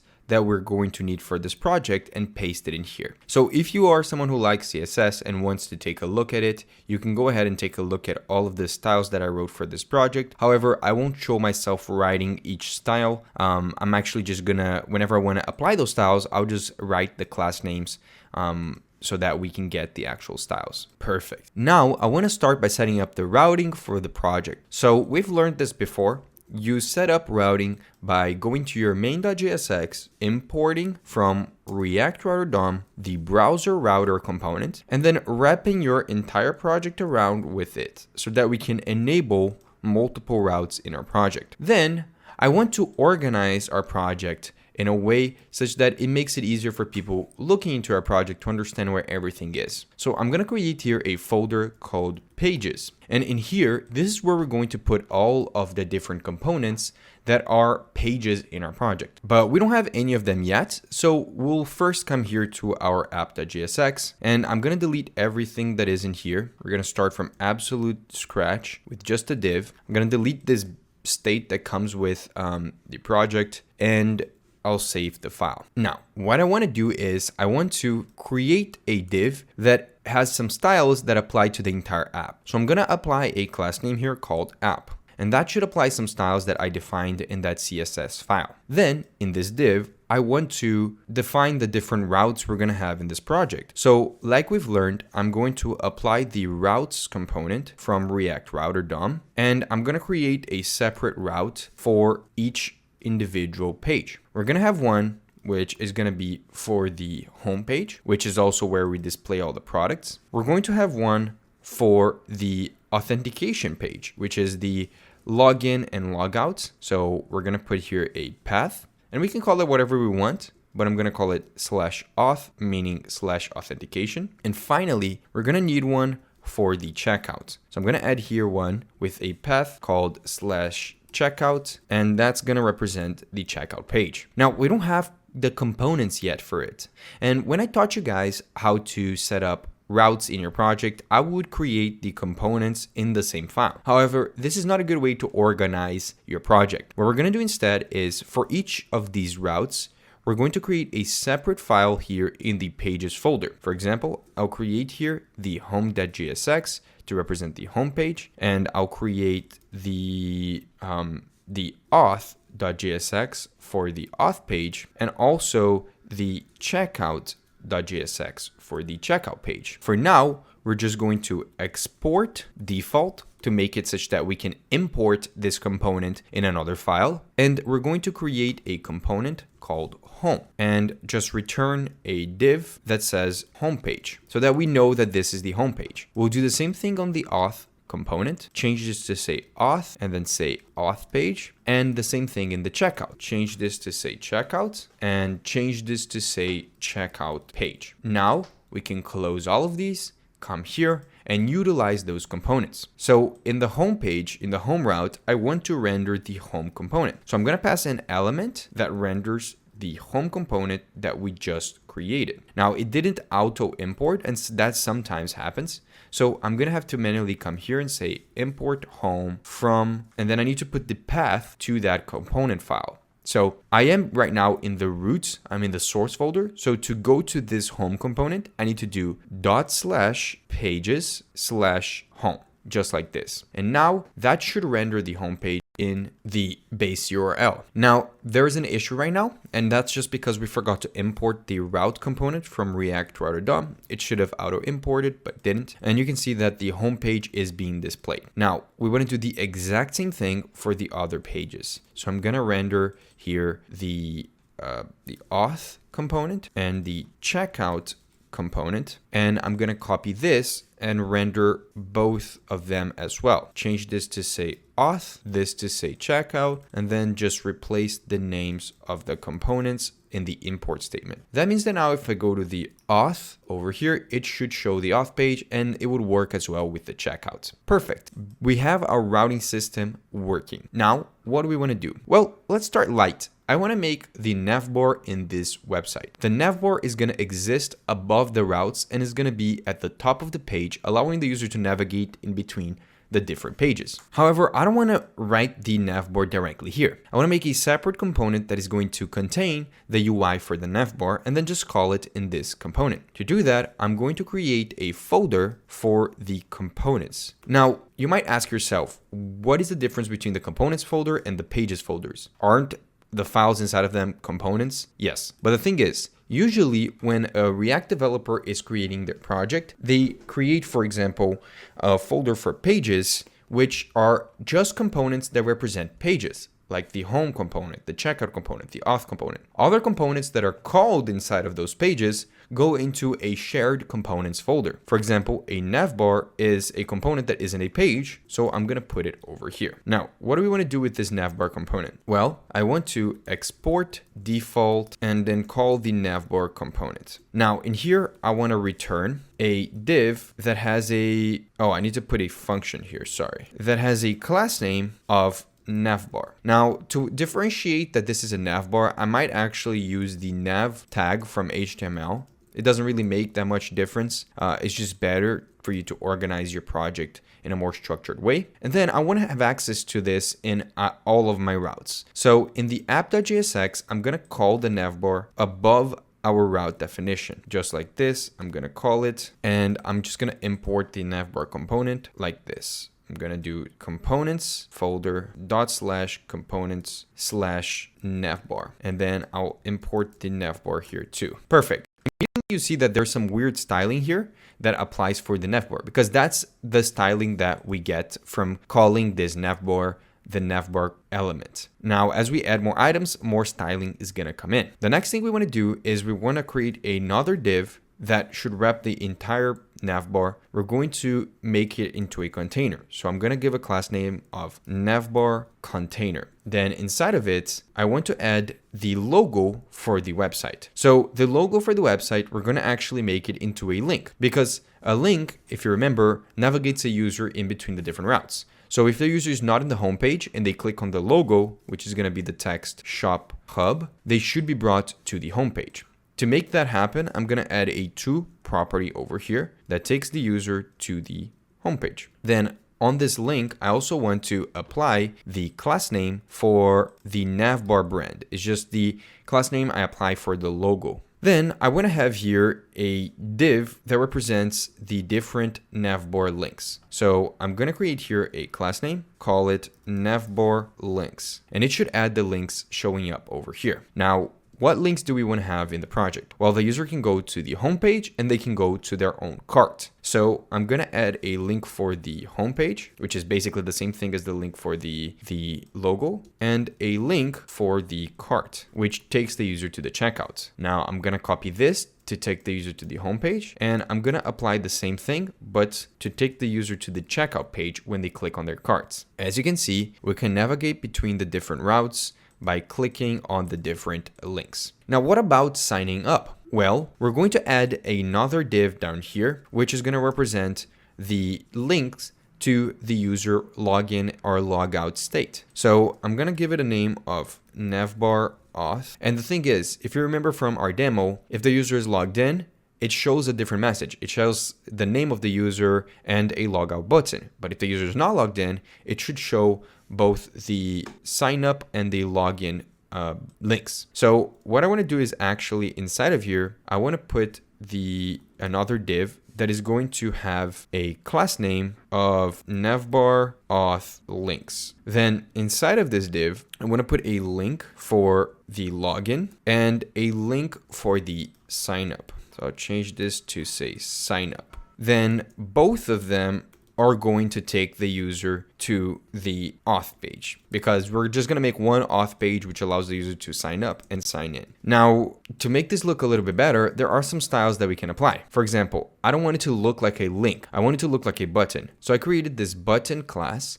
and I made versions of it, the button primary and the button secondary. So I want to apply both styles to this, but I'll make the sign up be the primary one, just like this. Then we're pretty much done with at least the first stage of the navbar. We can go through each of the links and we can click onto login and sign up and move back into the different parts. Now the last thing is just adding the correct class name for the two links in the middle, because they look kind of ugly right now. The class name is going to be navbar link, and you can apply to both of them. And now they look like this. Beautiful. Now let's get started with the first page, which is the home page. In the home page, we're going to show a little welcome message and list out all of our products. So to do that, I'm going to create here a div that is going to represent the home page. For each page, we're going to have a common class called page. And inside of the home page, I'm going to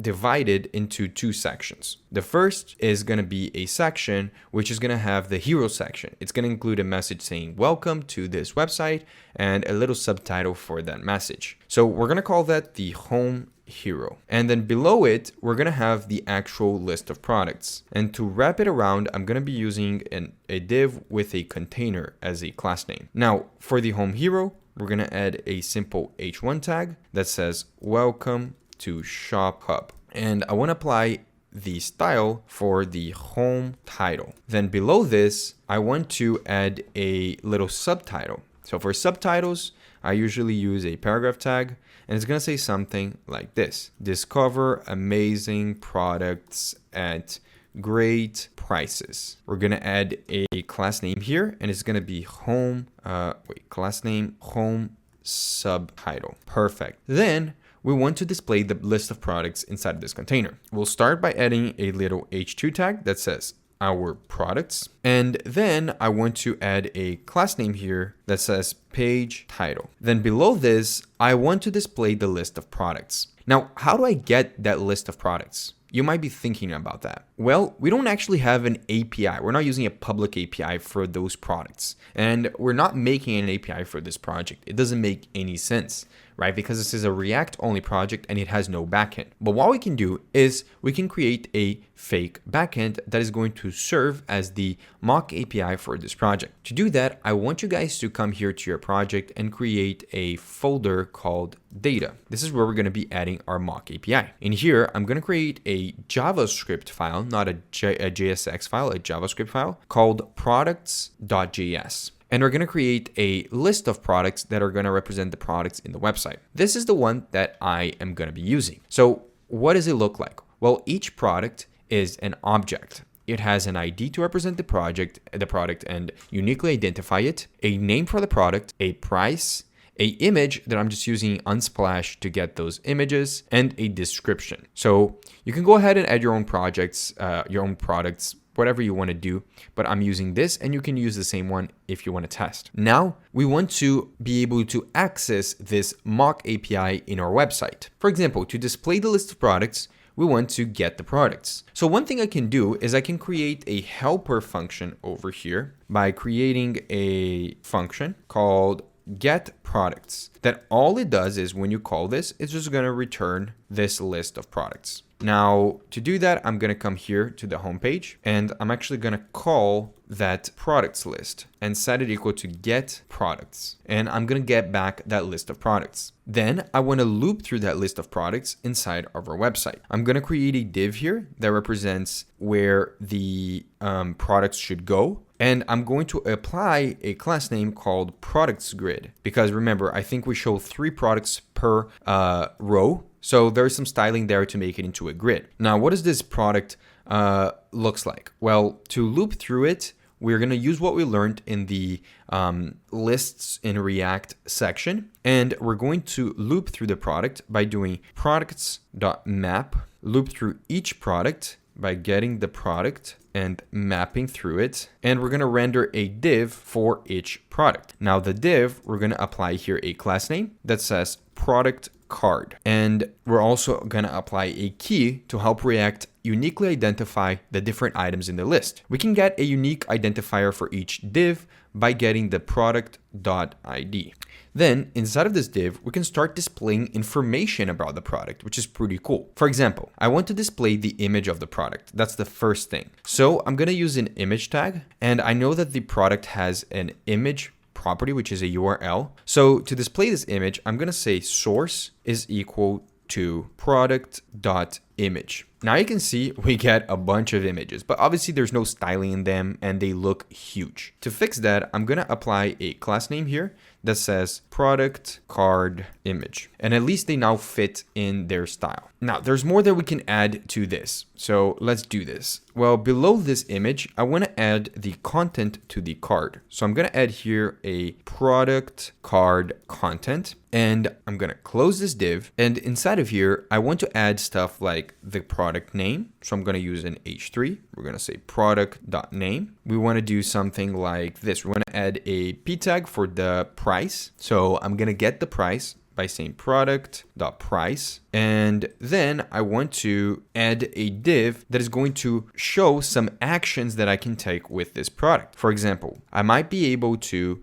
view the details of the product, and I might add the product to your cart. So I'm going to add here a link that says view details. Now, because we added link, we have to import that component over here at the top from React Router DOM, or else it will break. And then we want to add a button that says add to cart. Perfect. Now let's apply some styles. I haven't actually applied some styles to this stuff. So H3 over here, what we want to do is we want to add a class name that says product card name. Then I'm actually going to copy this and I'm going to apply here. The class names are all kind of similar.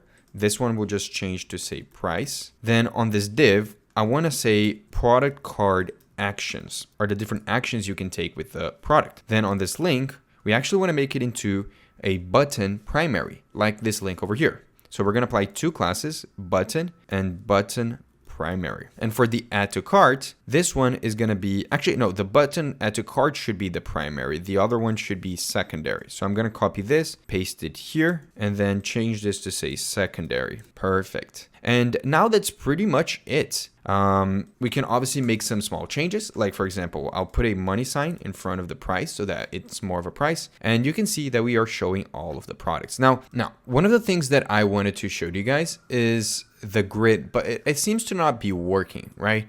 It doesn't seem to be a grid. And that's because we accidentally called it products grid instead of product grid. Now you see that this actually applies a grid that adapts as we move our screen. So perfect. We have here a beautiful UI that shows the different products that we have in our website. Now, nothing is really functional. We're obviously going to get to that. But before we get to that, there's a very nice optimization that I want to make in this project. Now, what optimization is that? Well, we have all this logic here related to a product card, and we're going to be showing the product card in multiple different places in the project. So maybe we want to make it such that this doesn't belong here, right? This is logic related to a specific product. And we were writing a bunch of UI, and this component seems to be becoming a bit big. What we can do instead is we can actually create a new component that we can reuse later on in our video. So I'm going to create a product card component. And in here, I'm going to export default product card. And I'm going to return all of the logic. I need to make this into a function too. Sorry. Return all of the logic that we have here for a product and just put it in here. Now, there's a couple issues with that. First of all, how do we have access to the product image, name, price, all of the product details? Well,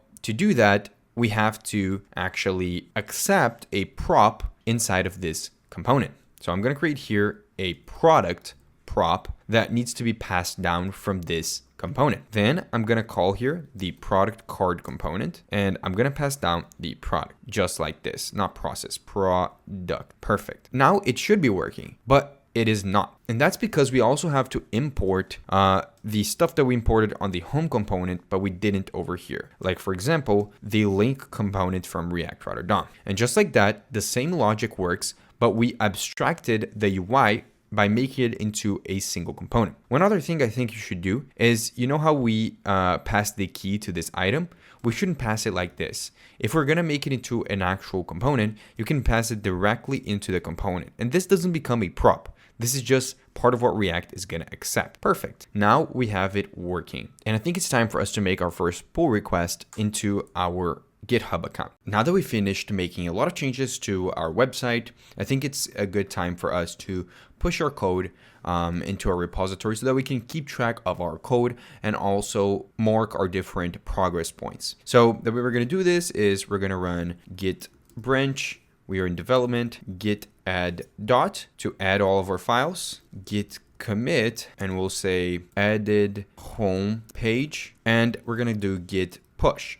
Now, this is a repository, so git push won't work. What we have to do instead is copy this command that they give to us, which is going to set an upstream push to our development branch. So I'm going to push this, and if we go now to GitHub, you'll see that it says development had recent pushes 3 seconds ago. Now I'm going to click here on compare and pull request. And we're going to be able to see a pull request screen with all of our changes showing up over here, including all of the specific changes we made to each individual page. However, there's one thing that I like to do every time I make a pull request in order to help me write better code. And that is to use CodeRabbit. So CodeRabbit is an AI code reviewer. They have a bunch of different products you can use, but the one that we're going to be using for this video is the ability to generate code reviews automatically for us for every single piece of code that we push into a pull request. That means that when we push code, we don't need to have another person reviewing our code.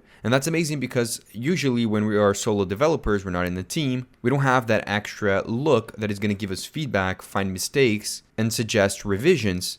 So having an AI code reviewer like CodeRabbit is crucial nowadays. Now, to set it up for us, we're just going to click here, try it for free. You're going to sign up with your account. I will choose GitHub so that it automatically connects to our GitHub account. You're going to authorize CodeRabbit AI to connect to your GitHub account. And then it's going to ask us to select an organization. I'm going to choose the organization for my GitHub account. And and now you can choose whether or not you only want to authorize CodeRabbit AI to write the code review for only a specific repository or for all of your repositories. I'm going to choose for all my repositories. That means that every single repository I have on my GitHub account, whenever I push code, it will include a code review for me. So I'm going to click here, install and authorize. And now I just have to do two-factor authentication. We should be good to go. Now we see this page. It says review a PR using CodeRabbit. Now what we're going to do is we're going to click on skip to the app, and it's going to start loading our workspace. Now, if you want to, you can write here where you work as part of the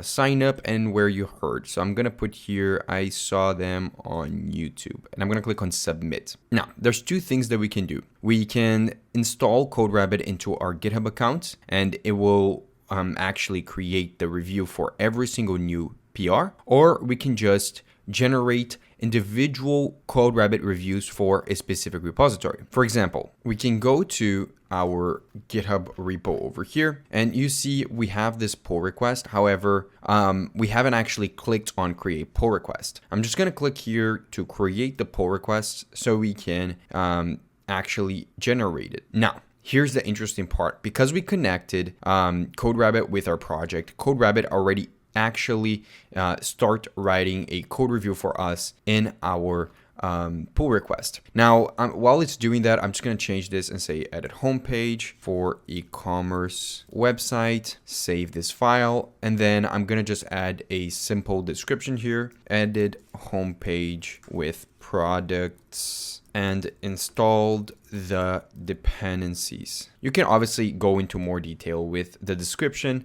but as you can see, CodeRabbit started writing a code review for us. Now I'm gonna be back in a second when this is done. Perfect. And as you can see, I guess like 1 minute later, we got the following review by CodeRabbit. Also, CodeRabbit added a little summary for us. So if you don't want to write your own description, it will write it for you. Now, the good thing about this is that it actually gave us 2 actionable issues that we can fix. For example, I did this actually on purpose, where I specifically forgot to add the alt property to the image we added for the product. Now, some of you guys might never do that anyways, but I'm telling you guys, if you're gonna be working as a software engineer, you have to do that because it is a necessary action to make your website more accessible. So here is what CodeRabbit recommended. It found that we didn't add the alt attribute for accessibility. It gave us a proposed fix that we can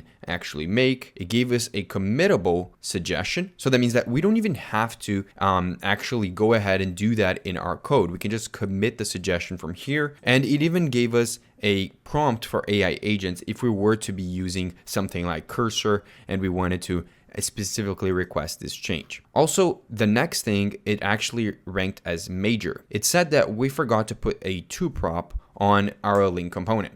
Now, obviously that is a major issue. In the view details button that we created in our product card, we didn't put a to. So if you were to click on that button, it would take you absolutely nowhere. However, that's not really an issue that we're gonna address right now, just because we don't have the individual product page yet. But when we do, we're gonna address that. But it's great that CodeRabbit was actually able to handle that. Now I'm gonna fix this actually like myself, just because we're gonna continue adding stuff to this PR. Now I'm gonna come here and push this code again. So I'm gonna do git add dot git commit -m and fixed image, and I'm gonna do git push. Perfect. Now let's continue developing our website. Next few times when we want to push our changes, I'm not going to go over all of this explanation of my flow of how I push my code and how I keep track of it and dealing with CodeRabbit reviews. Whenever we do push something that requires a review by CodeRabbit, because as you can see, every time we push something, it does generate a new actionable review for our code so that it can find more issues. If we do find any major issues, I'll bring back to the attention so you guys can see what we need to fix. But now it's time for us to continue building the website. Okay, so what do we want to do now? Well, we have all of the products being displayed in our screen. We have played around with creating a mock API, generating our routes, generating different components, rendering lists, a lot of the things that we have already learned in the first portion of this course. Now it's time for us to implement a simple login and sign up functionality that includes form validation utilizing a React hook form. To do that, I'm going to close all of this up and I'm going to open up the auth.jsx page. Now in here, we're going to start by just building the UI first, and we're going to implement the functionality later. For the auth page, we're going to reuse some of the classes that we have used on the other screen. We're going to make a page which has a div with a container. So add here class name container. And inside of here, we want to add another div that is going to represent the auth container, just like this. Then we'll add the page title. We'll start with an H1, add a class name, page title, close this off. And the page title will actually depend on if you're trying to log in or sign up. I'll show you guys how we're going to add the functionality to switch between a sign up to a login, depending on if the user already has an account or not. But for now, we're just gonna add the text for signing up. Perfect. Then below this, we'll start building the form. For the form, I'm gonna add a class name that says auth form, and we're going to add the different elements of this form. Now, the form is going to require 2 different fields. It's going to require an email field, and it's going to require a password field. To do that, I'm going to create a div that is going to wrap around each of the different inputs. Each input is going to have a label detailing what this input is for and the input itself. Now, for each of the input label combinations, the div is going to have a form group class name for styling purposes. The label is going to have a form label class name, and the input, it's going to have a form input class name. Now, we'll copy this and paste it one more time, change this to say password. However, we do have to specify what kind of inputs each of them are. So the first one is going to be of type email, so that it enforces that it is an email. And the second one is going to be of type password. We also want to put an ID for each input so that we can reference it later. I'm going to put the ID here for email, and I'm going to put here the ID for password. Perfect. Also, in normal HTML, when you have a label input combination, you might be used to adding a for property here, which should refer or connect a label with an input. However, in React, this doesn't exist because since we're using JSX, for is a reserved keyword for JavaScript, right? To make for loops. So instead, we use HTML4, and we can link this label with this input by referencing the ID of the input. We'll do the same thing here, add an HTML4 and pass the password. Now we're almost done with the UI. We're just gonna add a small section below here where we're gonna add the button for either logging in or signing up. For now, it's just gonna say sign up, and we wanna make this button be a bit different. So it's gonna be a button that is primary, and because I want this button to be large, I'm gonna add actually another class name called button large. And since this button should submit the form, we need to make this be of type submit. Perfect. Now, below this form, I want to add a div, which is going to allow the user to switch between sign up to login or from login to sign up. Now, this is actually a pretty cool exercise that you can add to every website, because it involves utilizing local states in your component. We're going to create here an auth switch div, and inside of here we're going to add a p tag that basically says, oh, you already have an account, because if you do, then we're going to add this little span tag that is going to have login over here. Now, why did we use a span? Because we don't want it to have any extra UI that comes with a p tag or a div. Now, what do I want to make this span be? Well, I want to add a class name that it's going to behave like a link, but it's not really a link, right? When I click on it, I want to be able to switch between the sign up to the login.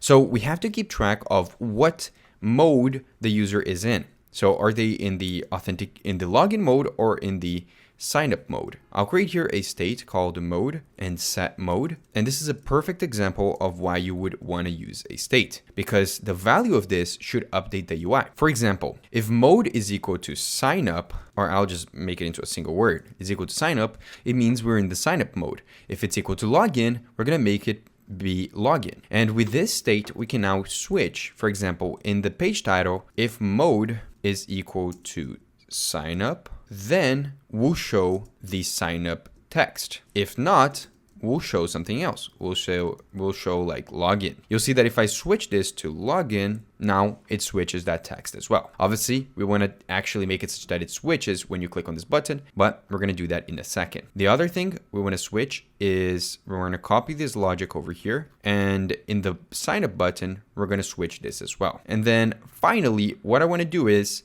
this text here at the bottom where it says already have an account. I want to switch this depending on if you're in login or sign up. So if the mode is equal to sign up, we're going to render this UI, but if it's not equal to sign up, we want to render a different UI. We're going to copy this over here, we're going to paste it inside, and we're going to switch this. Instead of saying already have an account, I'm going to say don't have an account, then sign up. Perfect. And you'll see that now, if I were to come over here and I were to switch this from sign up to login, the entire UI updates to it. Now, how do we make it such that it actually swaps depending on whether or not I click on this button or on this link? Well, with a span, with any element actually, we can just add an onClick to them. And that will allow us to write or execute a function whenever the user clicks on that element. So what I'm going to do is whenever the user clicks on the login span, then we're going to set the mode to be equal to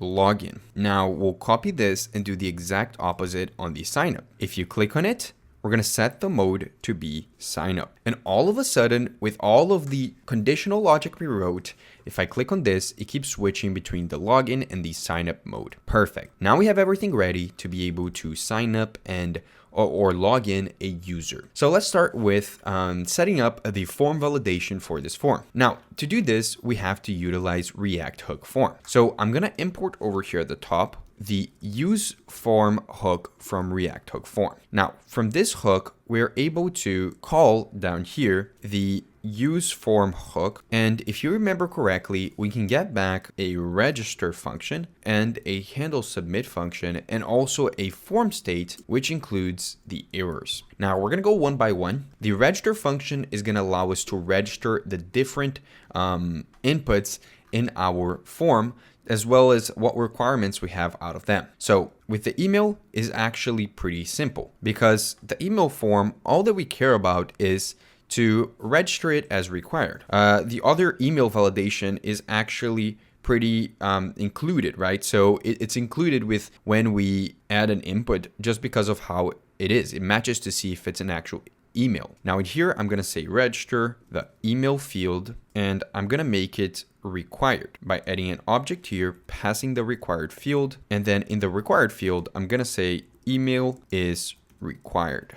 Perfect. Then we're going to copy this and we're going to come here to the password. I'm actually going to add it over here so we don't have to be switching. You guys can see that for password is actually going to be a lot more, because we want to not only make it required, obviously you can sign up without a password, but also we want to add a minimum and maximum length requirements. Previously, this is what we did, and this is what I think we should have. You need to have a minimum password of 6 characters, and we'll add a message here saying that it has to be at least 6 characters and a maximum length of 12 to make your password more secure. Now, after we register the different elements, I want to be able to submit the form. So we're going to go to our form and we're going to add an onSubmit to it and pass in the handle submit. However, the handle submit just handles submitting from the side of the React hook form, and it validates for everything. After it's done validating, it wants to call whatever function you want to call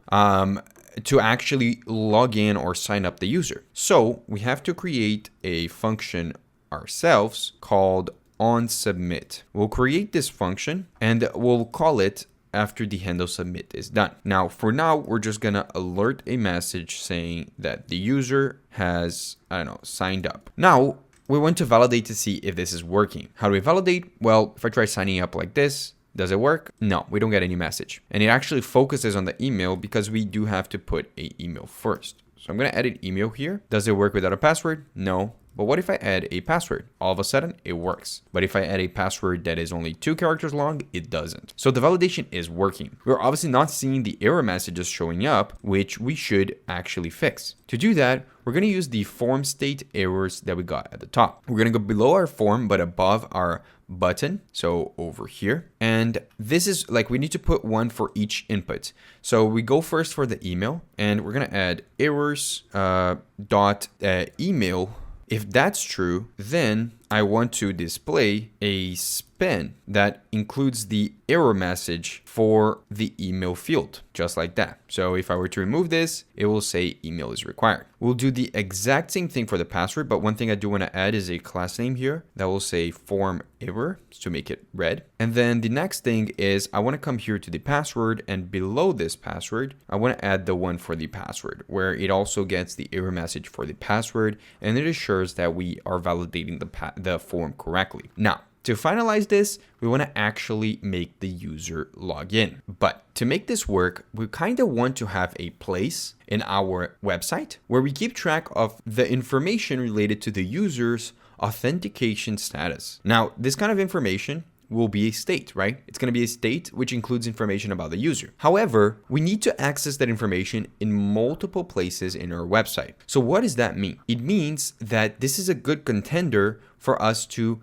turn this state into a global state. Differently from this one, which is a state that only matters for this component, the state containing the information of whether a user is logged in or not and their name and so is actually something that should be global. So that means that we should be using the context API. Now, we're going to do this a little bit different from what we did in the beginning because we're going to make it actually a little bit more presentable and more organized than what we did when we were learning the context API. Still going to be the same thing, but we're just going to make it into a more complex version of it. Now, I'm going to create a folder here called context, which in our project, every context we create, every global state or separate context states that we create is going to be in here. In this project, we're going to have two. The first one is related to authentication. So we're going to create here the auth context. But actually, I'm not going to make an auth context.js, which was what we did before, which is a JavaScript file which creates the context and exports it. We're actually going to make this into a JSX because it's going to export a component. Now, what component is it going to export? Well, it's going to export a component called the auth provider. Now, the auth provider is going to be what is known as a wrapper component. What does that mean? It means that its whole purpose is to wrap around other components for a purpose, right? Now, example of wrapper components is this routes component is a wrapper, right? It doesn't self-close. It wraps around other components, which means that these components are actual children of this component. Now, what exactly that means, you'll see in a second. But what we need to do here is we do need to create the auth context. We've done that already in the past. To create a context, you just call the create context hook or the create context function from the React library. Now, we're going to create this context and we're not going to export it. Why? Because we're going to create a auth provider component that's going to make it such that we don't really need to export this context elsewhere. Everything is going to be contained here. Now, in this auth provider, we're going to return the actual auth context dot provider. And that means that when we decide what components are going to have access to this auth context, we don't have to have access to the auth context and pass the provider there. It's already here. Now, what we can instead is we can render all of the components that we are wrapping it around with inside of here by accessing them in the prop. To do that, we're going to access a prop called children. Now, children is a special prop. We don't have to pass it. What it represents is all the components inside of a wrapper component. So in this routes component that we didn't make, this comes from React Rotterdam, in their implementation, it has a children prop, as you can see. And that children, it represents all of the routes that we pass inside of it. So in our case over here, all we want to render from this context provider is the children. And I understand if you're finding this confusing, by the way, because it's a new concept, wrapper components. You might not understand why we're even doing this, but just wait a second and I'll tell you guys the benefit. Now, let's use this auth provider. I'm going to come here to our app.jsx and around our entire app, because basically our entire app should have access to the authentication state, I'm going to import the auth provider and wrap it. Now, why did we do this? Why did we make a separate component that basically represents just wrapping this around? What is the point of this? Well, because now when we create the states for the authentication state that we pass on this provider, we're going to create all of them in this auth provider component rather than on the app.jsx component. That allows us to keep the state and logic definition for each context on their own provider. You'll see how this actually scales way better than making everything on the same file on the app.jsx. Now, in the auth context, we want to create all the states that are going to be part of this context. We're pretty much just going to have one state here. We're going to have a user state, which is going to represent the data for the user who is logged in. Now we're going to say use state over here and import it. And initially it's going to be null. Now, why is it going to be null? Because the user initially is not going to be logged in. That's going to be how we're going to differentiate if a user is logged in or not. If user is null, it means that the user hasn't logged in yet. Then we're going to create two different functions. We're going to create a function for the sign up, and we're going to create a function for the login. Now, signing up a user means registering a user in a database, right? You're signing up a user for an account. So we do have to keep track of all the users in this project, because when you sign up and you want to log in later, we want to see if that account already exists. Now, how are we going to do that? We don't actually have an API. right? However, what we can do is kind of make a mock API, or not even a mock API, but store this information about the users in the user's browser. There is a couple ways of doing this, right? There is the classic method. If you open up your inspect element and go to application, you see that we can store our data in the local storage, the session storage, the cookies, IndexedDB. There's a bunch of places you can. In this project, what I want to do is I want to store the user's database information in the local storage. That means that the user will have their browser, and when they sign up, their account is going to be added to this list of users in the local storage. So everything is locally. Obviously, it doesn't work with multiple web computers because this isn't a website with a server. Now, to do something like that, we can access the local storage the same way you would in a non-React project. In the sign-up function over here, we're going to accept two arguments, an email and a password. When the user signs up, they can pass both of them. So when we call this, we're going to pass that information. Then we want to create a list. It's going to be called users, and it's going to be an array. Now, when we try to sign up a user, we're going to create this object called new user, which is going to be an object including the user's email and their password. That's what a user is represented by. Then to add this new user, I'm just gonna say users.push and add this new user to that list. Then I want to actually save that list in our local storage. So to do that, I'm gonna say local storage.set item, and I'm gonna create an entry in the user's local storage called users. And to add that data, you can't just add an object into the local storage. You actually may have to make a string version of that object. And that means that to do that, we can use the JSON.stringify function and pass in a JavaScript object or array of objects like the users array, and it will be set to that. All of a sudden, if I were to sign up over here, put a random account and a password, sign up, you see signed up. Nothing happened actually, because I just realized we haven't called this sign up function yet. So let's actually do that. I'm going to pass this in over here. I'm going to give the value here, pass the sign up function. We're going to pass some more stuff to this provider, but for now, we'll just keep it at that. And because the auth component is inside of the auth provider, and if I were to make this auth context be exportable, we're going to change that in a second, but you'll see why we did that. I can come here to our auth and I can call the React hook use context. And this use context hook will allow us to pass in a specific context, like the auth context, and get back that function that we passed through the provider. Now, when the user signs up, I'm just going to call this and pass in the email and password. Now, how do we get the email password combination? Well, this onSubmit function is the one that is called on the callback from React hook form. So it will give us access to this data property that we can use to access the email and the password. So let's see if this works. I'm going to come here and again, just try to create a fake account, write some information, sign up. And now you see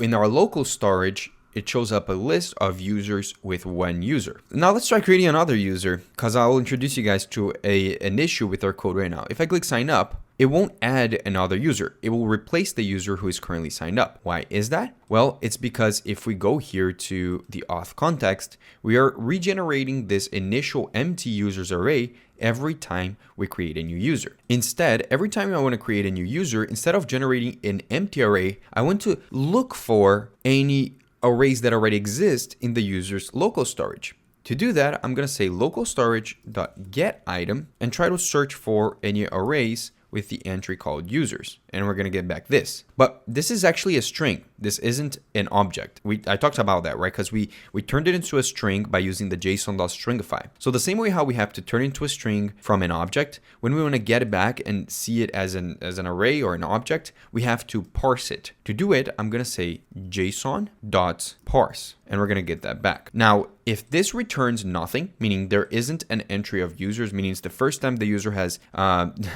tried to create a user in their computer, we want to default this to be an empty array. But we're going to actually do that inside of the local storage.getItem and default it to be an empty array as a string. Now you see that if I try to sign up with a user here, it should instead add this user to the end of the list. And as you can see, that's exactly what happened. It just updated with another user instead of replacing it. Perfect. Now we can continue building more of our sign up and login functionality. So what else do we want to do? Well, in our sign up functionality, we want to check to see if the user who is trying to sign up already exists in our table before we allow them to sign up. To do that, it's actually pretty simple. We're going to check here if this list of users that contains all the users in our website has a user with the email being used to sign up. Now, we'll try to look for the email in that list by using the find function. The find function allows us to loop through each user, which is represented by you, and find an entry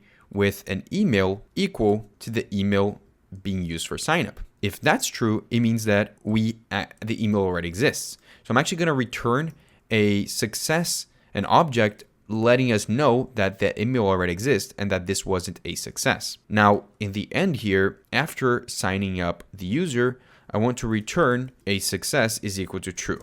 And we're going to use that success object and field when we call this sign up function. Now, what else do we want to do when the user tries to sign up? Well, we want to automatically log in the user, right? Because the user signed up for an account, we want to log them in. So this user state over here is what determines if the user's logged in or not. So after the user signs up, I'm going to set the user to be equal to this email. I want to have an email set to this user because then user won't be null, meaning the user has successfully created an account. Then we're going to pass in this user value to our app. And in our auth.jsx, I'm going to get that. And let's see if this is working. Somewhere in here, probably, actually, I'll make it right at the top here, just for us to know. I'm going to check to see if user is not null. We're going to render a text saying user logged in and render their email. And what I want to happen is if the user logged in, I want to show that information. So let's sign up with a real account, pedro@gmail.com. It's not actually a real Gmail, but I'll just do that. And the password, I'm going to write password 123. Interesting. Why is this not acting as a password? I think we might have forgotten to turn this input into, we wrote passwords instead of password. That was a mistake on my end, but we just click sign up. And all of a sudden we see user logged in, pedro@gmail.com. Now, if I go here to another route and I come back to the signup route, it still is logged in because that state stays as long as the user doesn't refresh their page. So that's kind of annoying, right?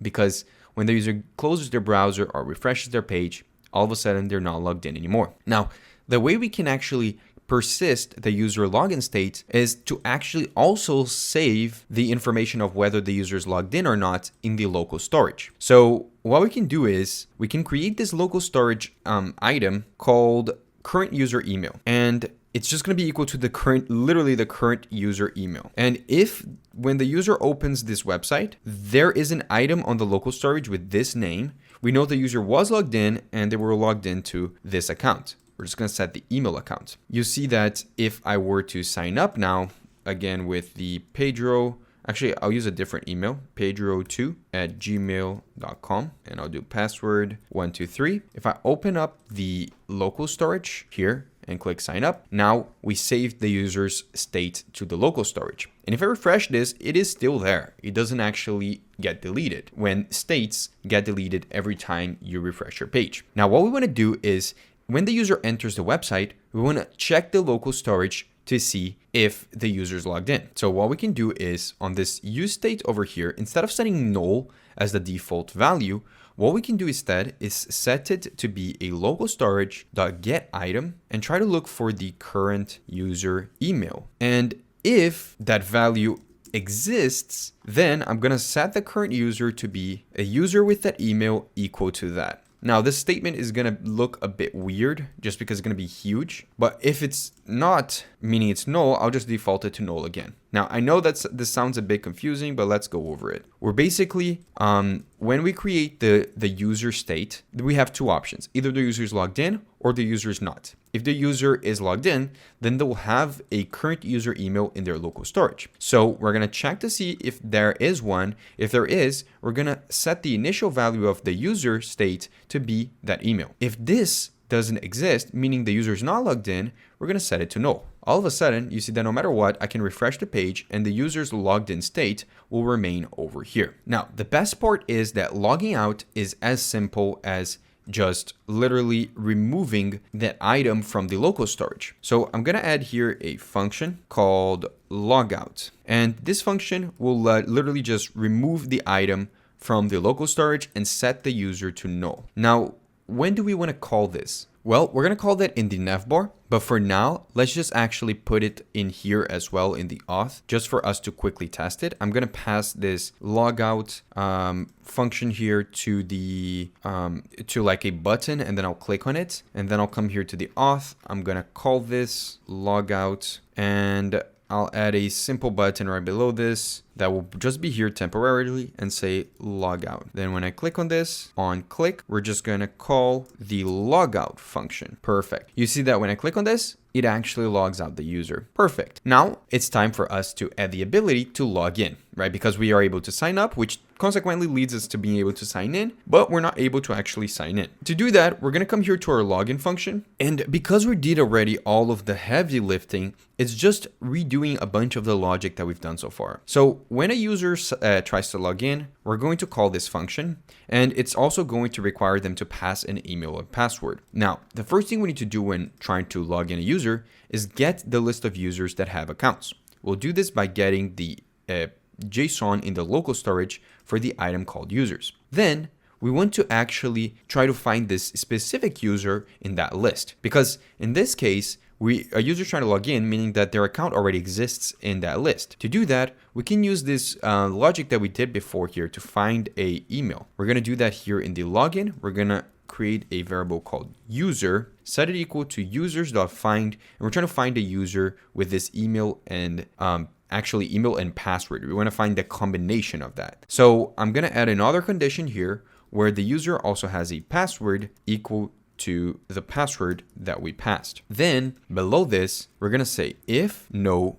user, then we want to return an object saying that success is false and there was an error, which was either an invalid email or password. We want to make it generic because we don't want to let the user know if an email exists or if an account exists with a specific email. After we check that there is a user, meaning that we found a user with that email and password combination, we want to set the user in the local storage and also in the current state. So we set the item of current user email and we also set the user. In the end, we're going to return an object saying success is true. Now, I know that right now we haven't done anything with the return statements of these two functions, but we're going to do that in a second. Now we can pass this login function over here and call it in our auth.jsx. I'm going to call it over here. And on submit, we now have to deal with the dilemma, right? We want to check the mode first. So if the mode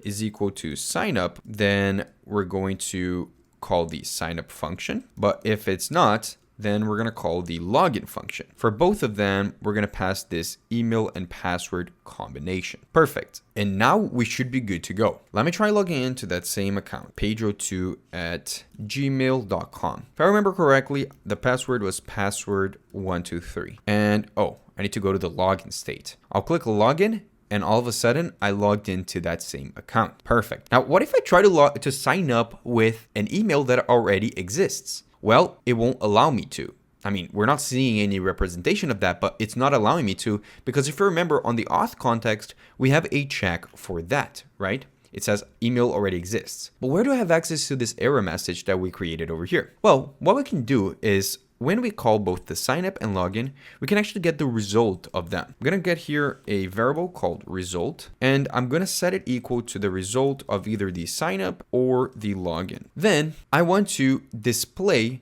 this result here. Right now, I'm just going to alert a message with that result. Actually, no, I'll console log it because it could be an object. I'm going to console log the result, and you see that we do get back something. If I open up the console log over here and I clear this up so you guys can see, and I click I probably need to I'll try signing up. Boom, success false because email already exists. So what we want to do instead is we want to keep track of this result and display it as an error message in our form. So we'll create a state that is going to be called error, and we're going to create a set error over here, which initially is gonna be null because there's no error initially. Then right above the form, like right inside of the form, but like as the first thing, I'm going to check to see if there is an error. If there is one, I want to render a div displaying that error message. And I'm going to pass a class name for error message over here. Then to actually set this error as an error message, we're going to check to see here what was the result. Now, if you remember, no matter what, this result that we return from the signup and the login always includes a success field, either true or false. So we know that if it is false, then there's an error message with it. So we're gonna say if result.success is true, then we'll do something like alert, yay. But if it's not, then we're going to set the error message to be equal to the result.error. All of a sudden now, if I were to sign up with an account that already exists, here's what we're gonna see. Email already exists. Same thing with trying to log in with an account that already exists, but using a wrong password. Perfect. Or using a account that doesn't exist. This will do the same thing. So this is working. However, one thing we need to do every time we have an error, we want to remove this the next time before the check is over. So we're going to reset the error state as the first thing over here so that it resets before checking to see if there's any other error. Perfect. Now, what do we want to do when the user actually logs in? Because right now we're just alerting a message saying yay, but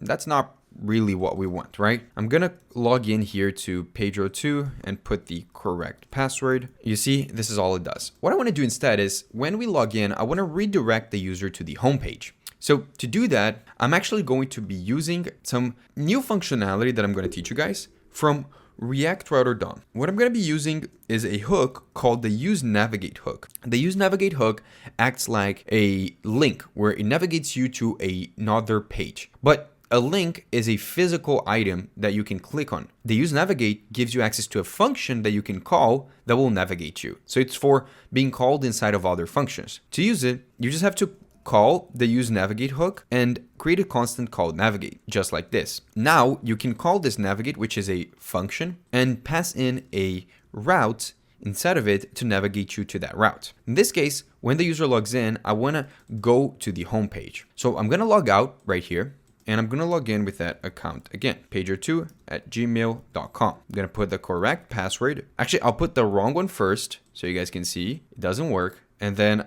I'll put the correct password now, and it redirects me to the homepage. So that's pretty much all of our login functionality done. Just gonna quickly save our progress by adding here our code, committing it, edit, auth, and then pushing it. Soon, CodeRabbit will add some reviews to our new changes, and we'll be able to correct if anything has happened. Okay, so as you can see, I came back over here and CodeRabbit made some comments. Obviously, one of the comments was the same one we had before, but we're gonna address that later. The next thing is, let's see over here. So a major issue. Now, this major issue over here is related to plain text password storage. Yes, in fact, we are storing the user's password when they sign up in plain text, but this is a simple project, so it won't matter, right? We're storing here the password. It doesn't really matter. Like, I don't expect you to push this to users, but that's actually a good point by CodeRabbit. You should never store your passwords for your users in plain text. You should always hash it because neither you or any hackers should be able to see the password. Let's see what else. Oh, that's actually pretty good. We're console logging something over here, which we actually wasn't supposed, like we only wanted to see it while testing. So I'm gonna remove that. I think that's in the, is it here? No, I think it's here. Yeah, let's just remove that. Perfect. Now we can continue moving forward with building more. Now, I think it's actually a good time for us to do something really interesting. So you see here that we are logged in, right? How do I know we're logged in? Because when I click here, we see that we are logged in, and this is a temporary indication that we're logged in. But that indication isn't really the best place, right? Actually, when we're logged in, we shouldn't even see the login and sign up button on the top right. It should actually be replaced by the user's email. So what I want to do is in the navbar over here, right? The component we have for the navbar, I want to have access to the user's auth state to allow the user to show that they are logged in and also allow them to log out. So to do that, we have to do what we have done already. We have to come here, say use context from React, and then import the context called auth context. And then in here, we need to get the user information and the logout function. Now, here where we show both of these links, right, this navbar auth links over here, I actually want to wrap it around with some JavaScript knowledge. And I only want to show that if the user is not logged in. Meaning if the user is not logged in, I want to show the login and sign up links. But if the user is logged in, I want to show something completely different. Now, what do I want to show? Well, I want to show a div, which we're going to give a class name here. It's going to be navbar user. And inside of it, I want to put a span, which is going to say hello, and then insert the user.email for the user who's logged in. If I save this, because I am logged in, you see that that is replaced. Now, if I were to copy this, log out, that appears again. Now, if I go and log in again, let me just put the password. I could have chosen an easier password. This needs to be the login page. You'll see that now it works. It shows this. Now, what else do I want to allow the user to do? Well, I kind of want to have the logout button here as well. So below this, I'm going to add the logout button. Actually, it's not that. I need to add a button, which is going to have a class name of button secondary, and it's going to be a logout button. So when the user clicks on it, I want to log the user out. So in here, I'm going to add an onClick and call the logout function. Now, I'm also going to just add here a class name. This is going to be navbar greeting. Perfect. Now, the navbar updates for that. And if I click log out, we actually do log out. Now I can come here and delete the temporary stuff that we added for seeing the user state and their logout information. You can also remove this that we got from the context because we're not using them anymore. Perfect. Now, what I want to teach you guys is actually a super important topic. Now, what am I talking about? Well, I'm going to finally explain to you guys what a hook is in React. Well, we've seen hooks multiple times, right? The useState is a hook, the useNavigate is a hook, the useContext is a hook. But at this point, all you know is that they seem to have the same pattern where their names starts with a use and then something. Now, that's pretty much what a hook is, but there's more to it. A hook is a function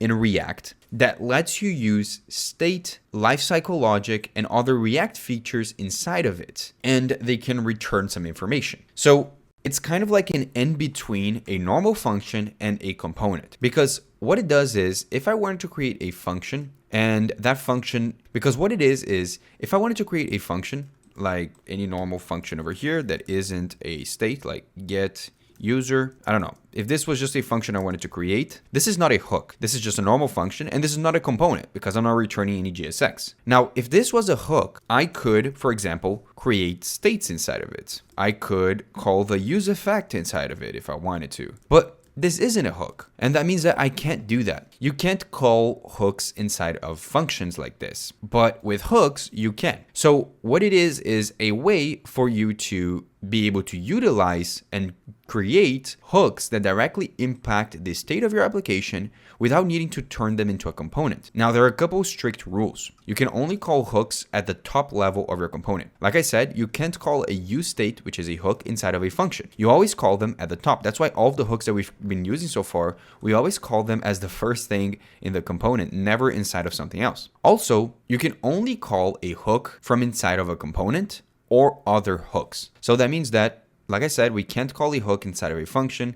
We can't call a hook inside of a, an array or something, an object. We can't do that. We can only call them inside of a component or another hook, which makes them super useful, especially for some more advanced React. Now, utilizing hooks to its max potential isn't something that I think a beginner should be worrying so much about it. Especially because in the beginning, all the hooks you need to learn are just this ones, right? The ones we've been using so far. However, there's one thing that you can do. Hooks aren't just things that you get from React. They're things that you can create yourself. So we're going to learn how to create our own custom hook to solve an issue that I'm going to present to you guys. Now, what is that issue? The issue is pretty simple. Well, every time we want to access the auth context, you see that I am having to come here and call the useContext hook, and import not only the use context hook, but also the auth context, right? However, there's an easier way to do this. Both in the auth.jsx and in the navbar.jsx, we don't have to. There's an easier way. Now, what is that easier way?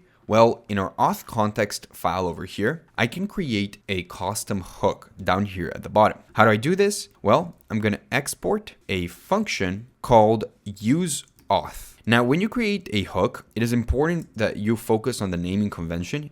Every hook has to start with the name use and then the name of the hook. Now, this hook over here, it allows us to call other hooks inside of it. So what I want to do is I want to substitute the need to call the use context hook every time. Instead, I'm going to actually call this directly inside of here and get back all of the values from this context and return it. Now, why is that even useful why is it even useful? Well, I'm going to import here at the top the use context hook, by the way, because it's not imported in this file. This is useful because now I don't need to import the auth context in every single file that I want to use that context. I can instead just now import this useAuth hook and it will give us back the context information.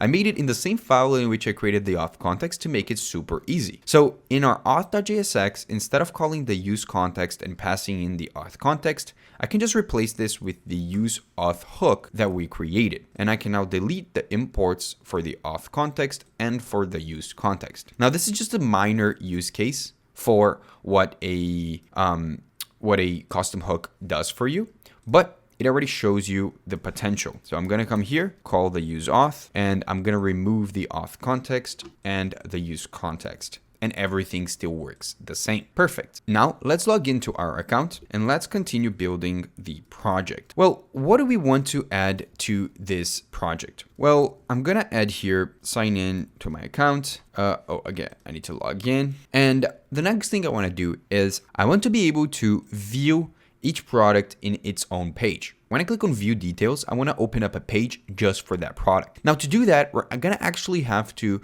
do something a little bit interesting. Basically, what I want to do is I want to create a new route in our project, but this route is going to be different because it's not going to be a static route. It's going to be a dynamic route. Now, if you don't know what a dynamic route is basically a normal route, such as what we have here for the cart, for the checkout, for the homepage. In this case, it's going to be the /products route. Now, the reason why it's going to be dynamic is because in this /products route, I want to also be able to pass in the ID of the product I want, like 2, 3, 4, 5. If you remember, each product has their own ID, right? It has a number that represents the product. And I want to be able to pass that number over here and use this information to display the correct product in the page. This is used by almost every website, and it's known as a parem. A parem is just a value that you pass to the URL, and it is going to be accessible in the component that renders that URL. Now,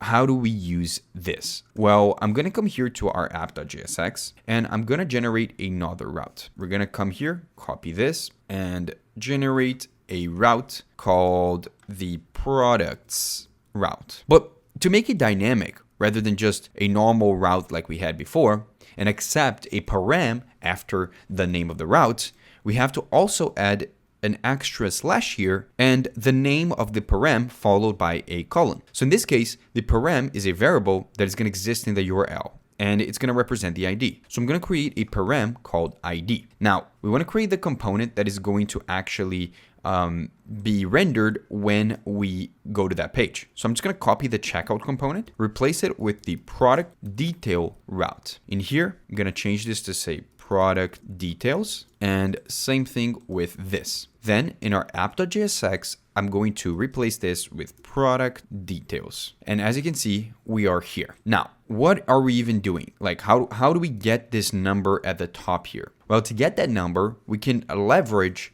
some of the functionality from React Router. Now, to get the parem from the URL in a component like this, we can utilize a hook from React Router DOM called the useParems hook. this will allow us to get back here a variable with the same name as whatever you wrote over here. So we wrote ID, so this is going to return an ID. And that means that whatever ID is in the URL, I can actually display over here in my page. You see that because I'm in the 7th one, it shows 7 over here. If I go to the 99 one, it will show this as well. Now, obviously, there's no validation to that. I can actually write letters, but we can fix that, obviously. Now, I'll put here 4. Whatever. And what I want to do is in the product detail, I want to get the product from our API, which is just a list of products, and display information about that product based on the ID of the URL. Now, to do this, I'm actually going to create a state to keep track of what product we want to display. So I'm going to say product and set product, create a use state, and initially it's going to be null because we don't have the product yet. But when we get the param from the URL and we look for that product in the list, if we find it, we're going to update this state to have the correct product. Now, how do we execute a functionality right when the component renders? Because we want to look for the product right when the component renders, right? To be able to find the product and then set it to this state and display that information in the screen. Well, we learned about this hook that we can use to execute code at certain points in the life cycle of a component. More specifically, if we want to run a piece of code when the component renders, we use a useEffect. A useEffect allows us to render a component. No. A useEffect allows us to run a function right when the component renders, as long as we pass here a dependency list. Now, inside of this function, we want to look for a product. We're going to call it found product. And we want to look for a product with the ID equal to the ID that we get from the param. So in this case, we're in the products/4.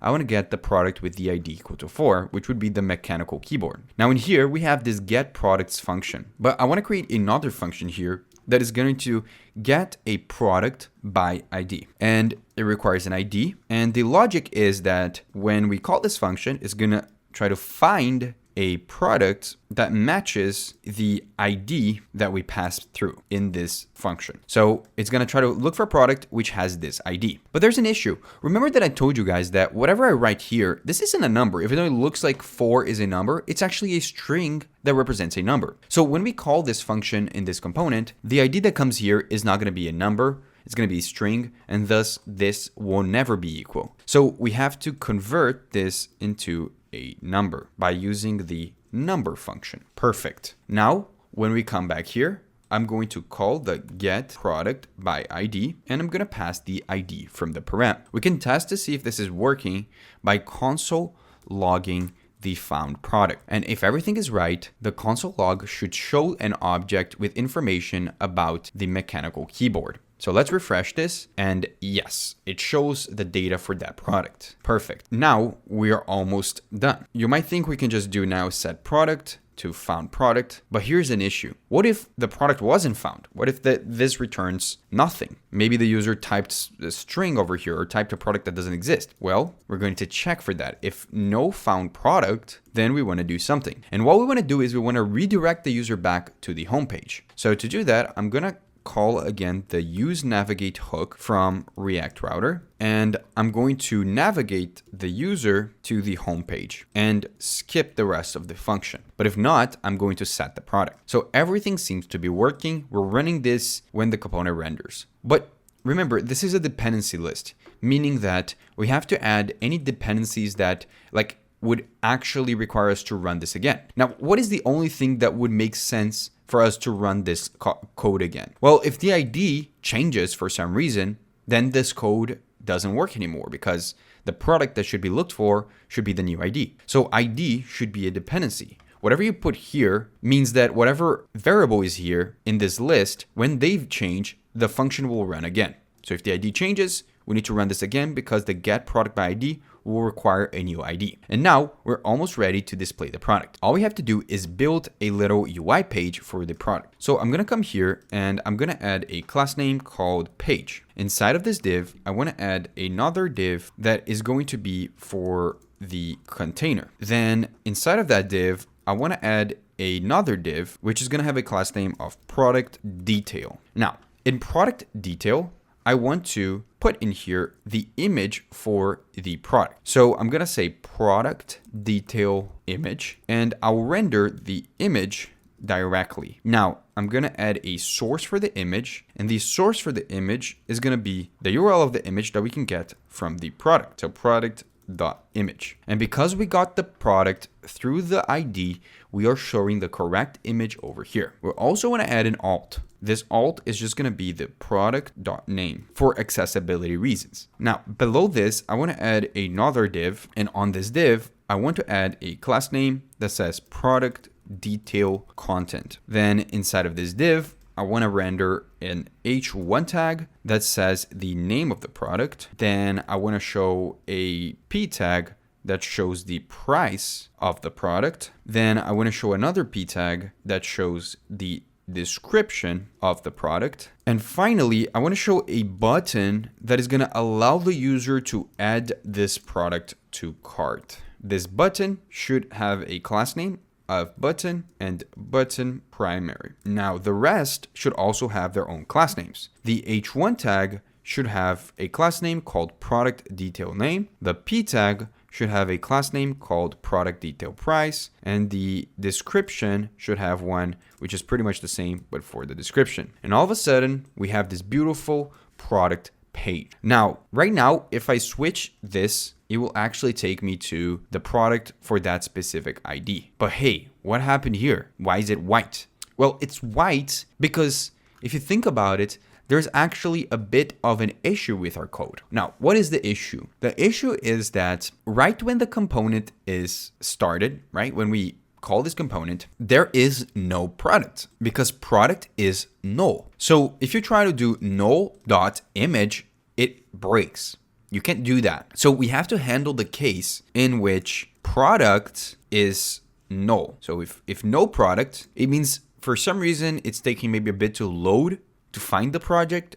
Maybe the product is like, I don't know, the list of products is ginormous and your computer isn't fast enough for that, but you have to handle that. So I'm gonna return here just an h1 tag saying loading. Now, why is it loading if there's no product? Because in the actual functionality, if we don't find a product, we actually navigate the user. So here's what happens. When I save that, it works because now it shows loading for a second and then it actually shows the product. If I go to 3, works, 4, works, and so on. Now, what I wanna do is, when I click on view details, I will actually want to go to the specific page for that product. And finally, we're going to get rid of that message that CodeRabbit was showing to us. So to do that, I'm going to go to the home page and to the product card. And here we have the view details. Now, when I click on this view details, I want to go to the products route, but not just the products route. I want to go to this specific product with this specific ID. How do we get access to the ID? Well, this product card is a component that is called inside of the products.map. So we do have access to the product ID. We just have to do product.id. So I'm actually going to navigate the user to /products/that ID. To insert JavaScript into a string, we're actually going to remove the quotation marks, wrap this around with an object, and use backticks instead. Because now I can insert JavaScript by just doing this and adding the product.id. All of a sudden, when I click on this, it should take me to /products/the ID. And that's exactly what happens. If I go here, I go to the correct page. It happens for all of them, as you can see. Perfect. So we're almost done with our website. This is amazing. What I'm gonna do is I'm gonna, again, push up our code, and now all we have to do is just add the functionality for us to be able to add products to cart and check it out. But we've learned a lot of the concepts that I wanted to teach you guys with this project. Now I'm gonna run here. CodeRabbit is gonna run this again. As you can see, it is processing the new changes from the PR. So when it's done, I'll be back and we'll check to see if there are any issues with our code. At least this issue over here should be gone. As you can see, it's already outdated, so it's pretty much gone. Okay, everyone, so we just finished, CodeRabbit just finished running everything over here. Some of the comments are pretty much what we had before as well. We've talked about this, we're not gonna address that because it's just because of the purpose of the project. And then there's this one over here, which basically says that the clickable span elements lack keyboard accessibility. That's actually a good point. So in our auth.jsx over here, if we go here, we obviously made a span at the bottom over here where your user can click on it and it will alter between the login and the sign up state. Now, it's not recommended that you do use a span as a button, because when a user needs a button for accessibility and they're navigating around the different items in your page, a span won't work. Now, CodeRabbit proposes to fix by turning it into a button. In a project you're going to push in production, you could make it into a button. I'm just not going to turn it into a button because it will change the style of it, and I don't really want to change the style of it right now. Now, the next thing we want to do is we want to focus on implementing everything related to the cart. We have the details.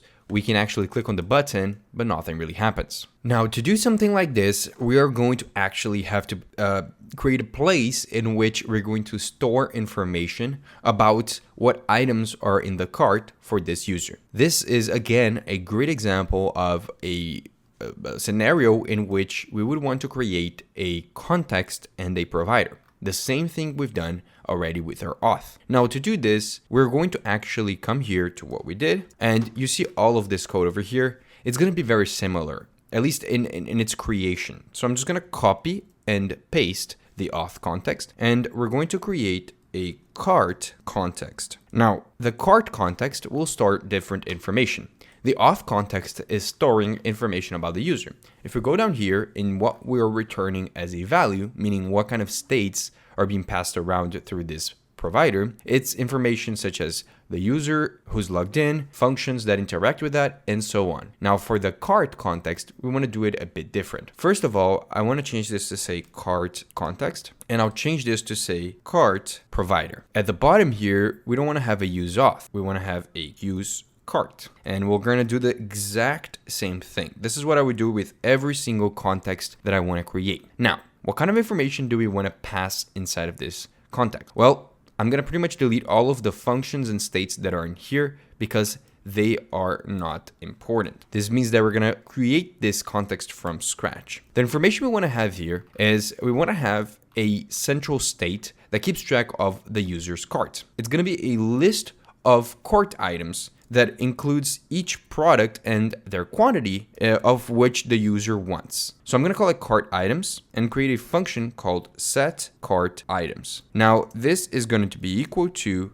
a use state that initially is just an empty array, because initially when the user enters on the project, they're not going to have any items in their cart. Now, we want to actually keep the cart items. Now, there are a couple functionalities that we want to happen with this cart items list. First, we want to have a function that is going to allow us to add a item to the cart. So we'll create an add to cart function, which most likely will require some sort of identifier of what item we want to add to the cart. So we're going to probably want to get the product ID of the product we want to add to a cart. Now, what is this cart items actually going to be looking like? So it's going to be a list of cart items, which are objects that are going to have an ID, which is basically the ID of the product. So like 2, for example, and quantity, which is just how much of that product we want, like 7. So when we add to cart, we're going to use that product ID to add that item to the cart. One thing we need to do as well, I just noticed, is replace this cart context over here. Now, how do I add a product to the cart? Well, we're going to utilize that set cart items function, and it's a bit hard for us to understand in the beginning. However, this logic makes total sense. What we want to do here is we want to check to see for any existing cart items whenever I try to add a product. And if that product is already in the cart items list, we don't want to add it again. We just want to increase the quantity. So for example, if I already have this wireless headphone and I add it to the cart, then I don't want to add another item with the same ID equivalent to this wireless headphone. I would much rather just increase the quantity of it inside of that list. So to do that, we have to check to see if that item already exists in the cart. So how do we do that? Well, we first create a variable called existing. Basically, we're going to try to look for any of the current product that we're trying to add in our cart items list. To do that, we're going to grab the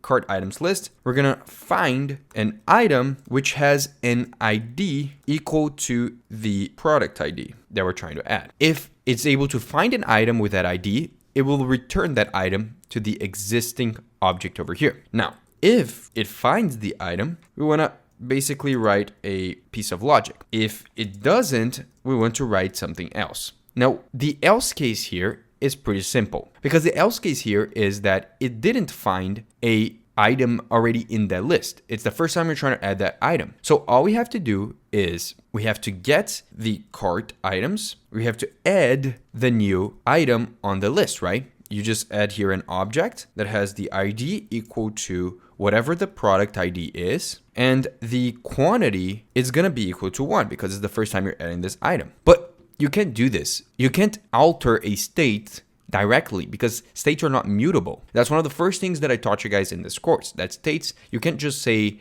if a state is a number, you can just set that state equal to a number. You have to use the function, the setter function, to set the value of that state. The way you do this with arrays, meaning the way you add an item to the end of an array that is a state, is by doing the following. You open and close square brackets. You basically set the state to be a list, a new list with everything from the previous list. And then in the end, you add whatever item you want to add, which in this case is going to be this new object. I know it looks a bit weird, but if you're going to get used to this kind of syntax in React, because it's extremely common. It's how you add new items to the end of a list that is a state. Now, what about the case in which there is already an existing item? Well, in this case, we want to actually look for the quantity of that item currently. So current quantity is equal to the existing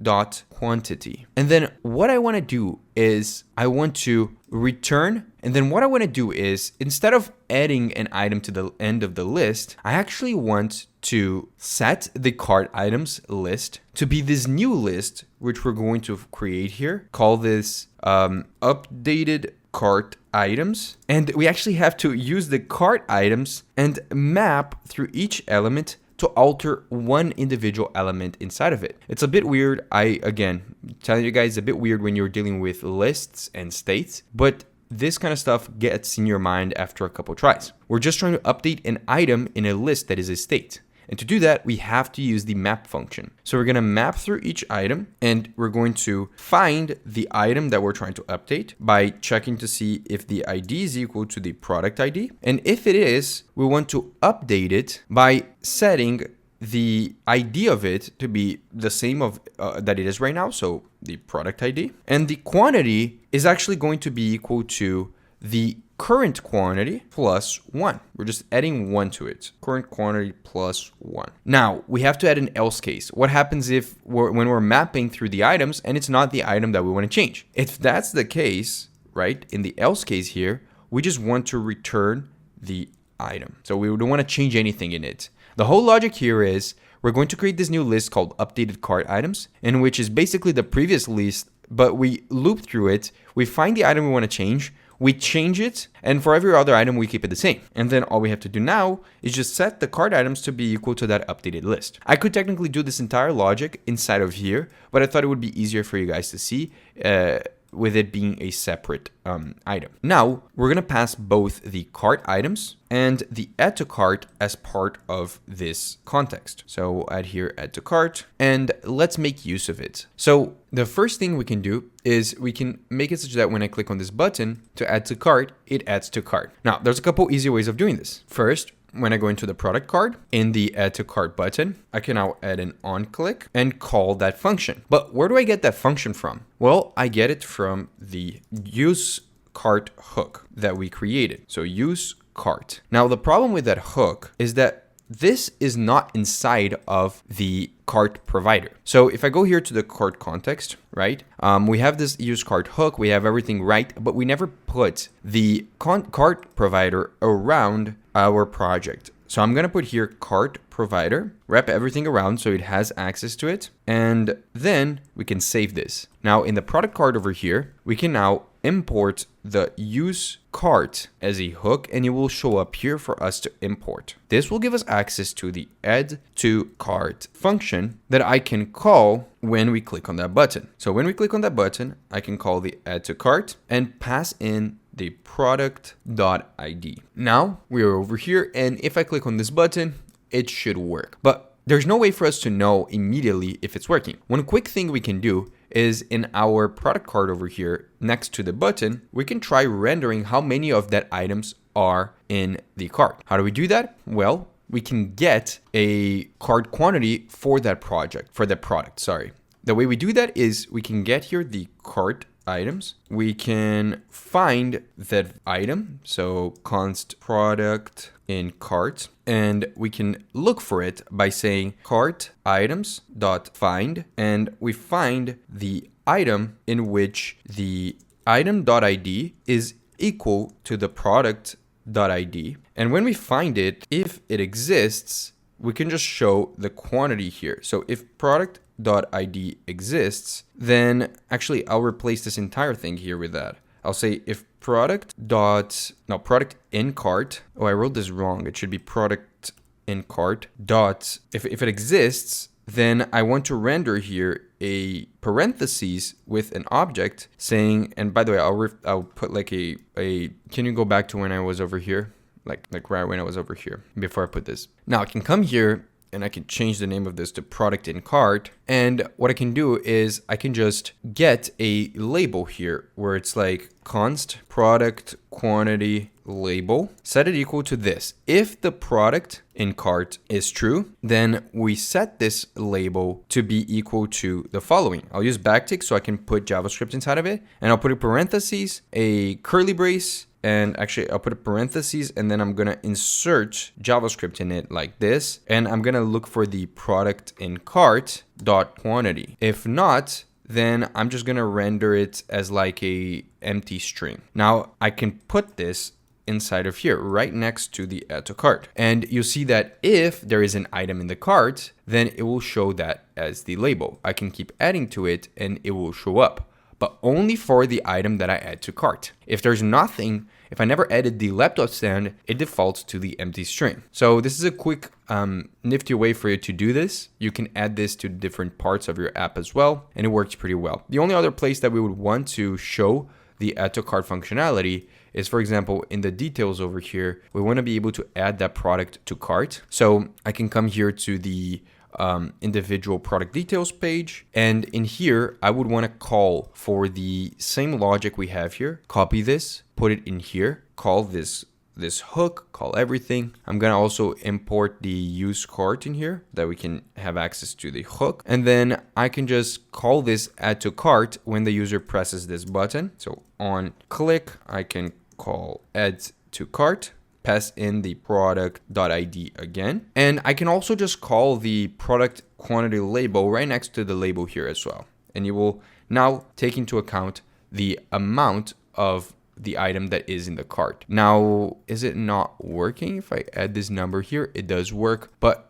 as you can see, if I refresh the page here, I add this 6 times, I click here, something breaks. Let me see what it is. It seems to not like that we're using ID when it possibly is null. So the problem is that, as you can see, we handle the product check down here, right?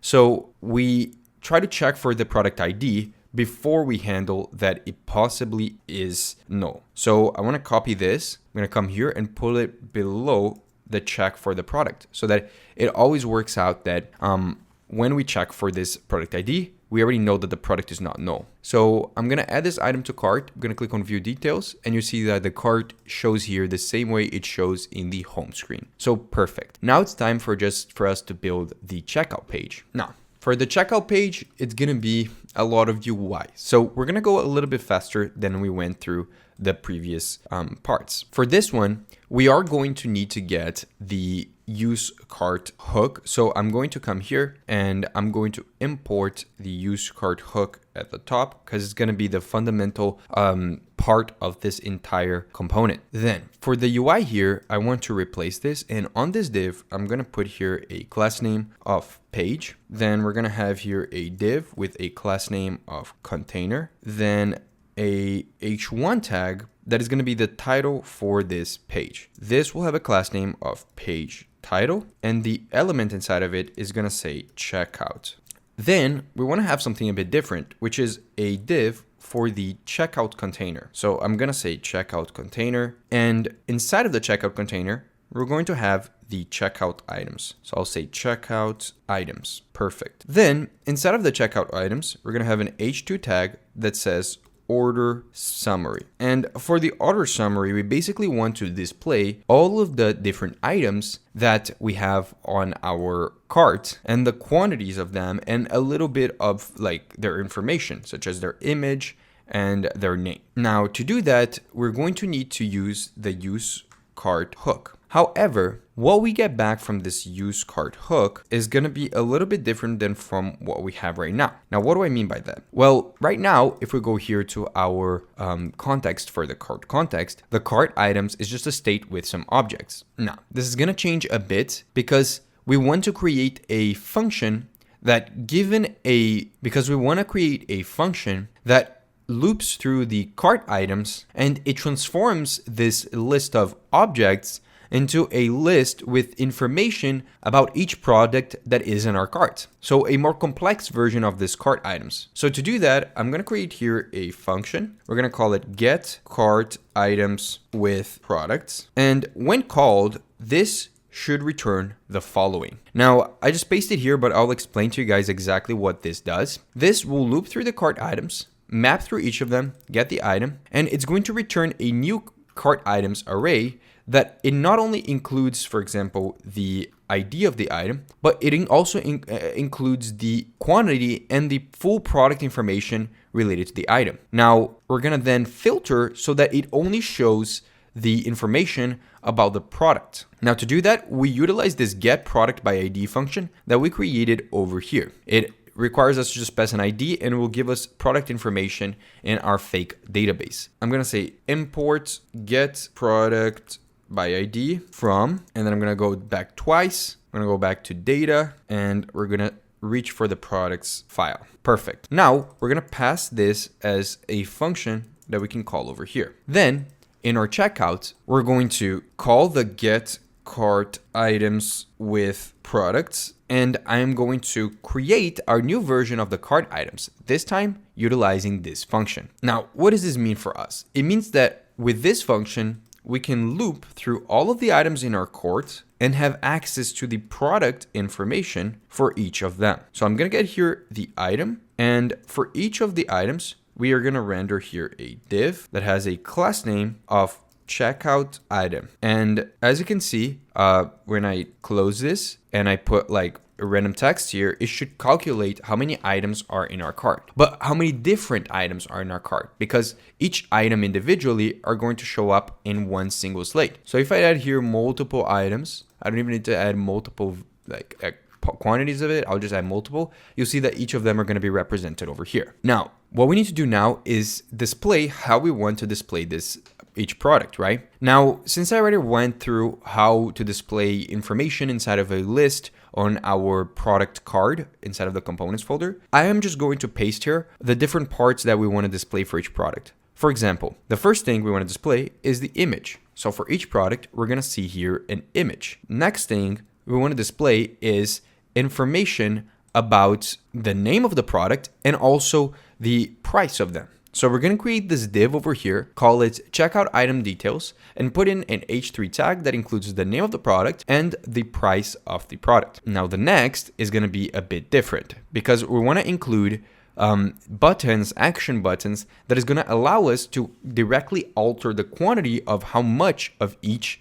of the items we want to add or subtract. So how do we do that? Well, we first create here a div that is going to have a class name of, and we're going to call it checkout item controls. And inside of it, we're going to put a div with the two different buttons that we want. We want a button that is going to be used to like subtract the items and a button to increase, and include the item quantity in the middle of it to show how much of each product we currently have. Then below this, but still in the item controls, I want to include the price of the total item multiplied times the quantity to show how much we're spending. So not this price over here. This is $99 per wireless headphone, but because we have 10 of it, it's going to be $999. So I'm going to add here a p tag that is going to include the item price times the item quantity to also display that information. And then finally, we want to have a button that is going to allow us to remove an item from the cart. Not just subtract it, but completely remove it. So we're going to add this remove button over here. Now, how do we handle all of this? Well, first, we need to create functions that are going to allow us to alter the amount of each item in the cart. More specifically, a function to remove an item from the cart or subtract an item from the cart and one to add to its quantity. To do that, we need to come to the cart context. Now, how is that function going to look like? Well, I'm going to create a function that is going to be called update quantity. And this function takes in two things. It takes in the product ID of the product we want to update the quantity in the cart and what quantity it should be. So this makes it super easy because when I click this button to subtract, I can call this function, pass in the product ID, and basically pass in what quantity we want by clicking on this button, which is 9.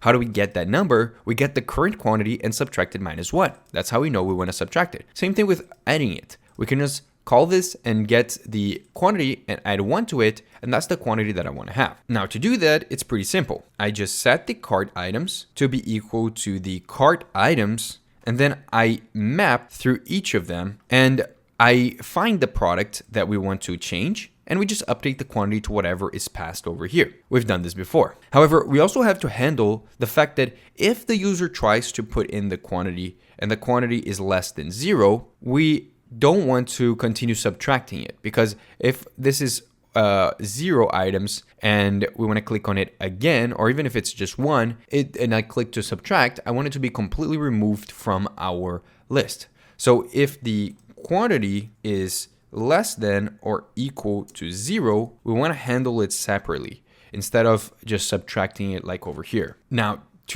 what we want to do here is we want to completely remove the item from the cart. So I'm actually going to create a function because it's going to be useful for when we want to click on the remove button. So we're going to click here, remove from cart. That's the function we want. And when we call this function, we only need to get the product ID from the product that we want to remove. And the whole point, like how we remove an item from a cart, is we filter that list and we find that item and filter that item out. So we're going to call the set cart items to be equal to the cart items. And then we're going to call the filter function, find the item and remove it. That's what the filter function does here. It looks for all the items and it only keeps the items that don't match the product ID. So we remove that item completely from our cart. Now we're going to use this remove from cart function when we click on this button. So it might be even useful for us to already put it over here. But we can actually use it right now in our update quantity, because if the quantity is less than or equal to 0, it means that clicking the subtract button should remove it completely. So I'm going to call that and pass in the product ID in here, and we should be good to go.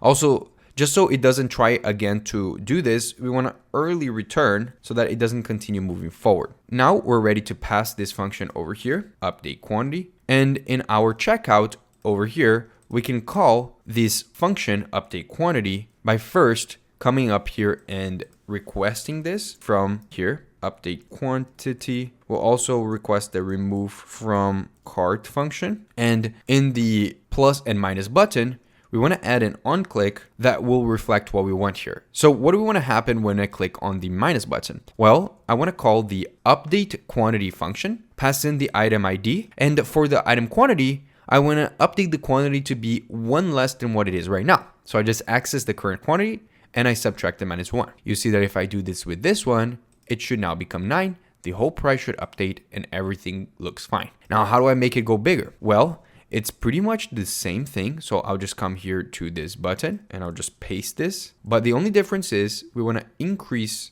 instead of decreasing. So you see that when I click on this, it should go up now as high as I can. So you see this issue over here where it becomes really weird. You can actually fix the price to only 2 decimal spaces. It's because it's a huge decimal. To do this, we can actually just, it's on this one over here. We can grab this whole thing and call this function called toFixed, and that allows us to pass in a decimal amount. So we only want to fix it to 2 decimal places, and then it's going to round to that exact amount. So that can be helpful in situations like this, and usually with prices, this is how we're displayed anyways. Now, look what happens if I try to subtract an item that only has 1. Boom, it gets completely destroyed out of the cart instead of showing 0 items over here. Now, because we have that remove from cart function, we can also call it when the user clicks on this button. So I'm going to come here and I'm going to call the remove from cart function when the user clicks on the button. Now, when I click on this button over here, it removes that item from the cart. Great. Now we're almost done with this page. What I want to do is I want to add the total checkout values at the bottom. Not only that, but I also want to allow the user to place an order. Even though placing an order won't really be what you would imagine, it won't obviously connect to your credit card or anything like that. That would be a much more complex project that as a beginner you shouldn't be worrying about building. However, I want to keep track of that state of being able to complete a checkout. Now, what we want to do is we want to come down here to below this div that goes right below the closing tag here. It's a great for you to identify. And in here, I want to add this div. It's going to be the checkout summary section that should go right next to the order summary. Now, to put information there, we need to have a way to calculate the total amount for the cart. So to do that, we're going to create a function in our context, and we're going to call it the get cart total. And this function, it will utilize a very common function in arrays in JavaScript called the reduce function to calculate the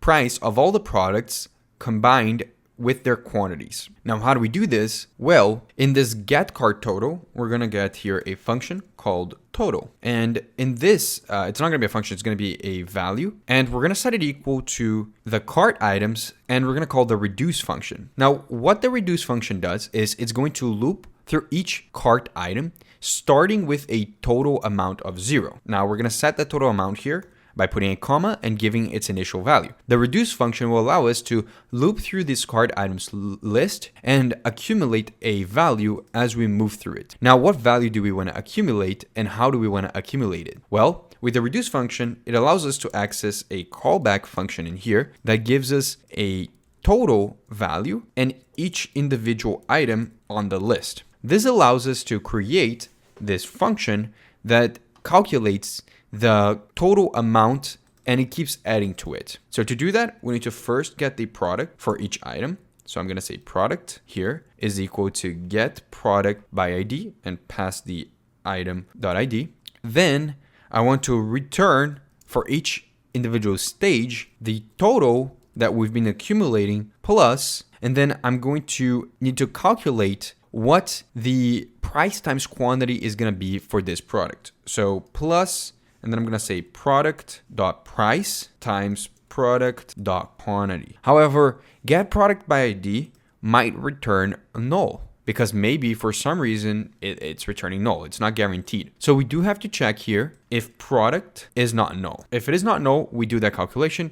If it is null for some reason, we have to default to 0. This should give us back a number, which is the total sum of all of these values. Then we just return, and we can call this get cart totals in our provider. I'm going to come here to our checkout and I'm going to add this as part of what we get from the context. Now inside of here, I'm going to call the function get the total amount, and I'm going to use that total to build this section. Now, like the previous section, I'm going to go a little bit quicker with this, and I'm just going to paste the UI and go over what each of the parts of the UI mean. Now, this is how it looks like. However, there is an issue here. It's saying nan, which stands for not a number. Now, I've already figured out what the issue is. If you go here to the cart quantity or the cart context, we accidentally put product.quantity, but there's no quantity on a product. There is a quantity on an item. That was a mistake on my side, so I apologize. Refreshing this, you see that it does update the total amount to the correct value, and we can keep altering it as we add or subtract more items in our list. Now let me look here and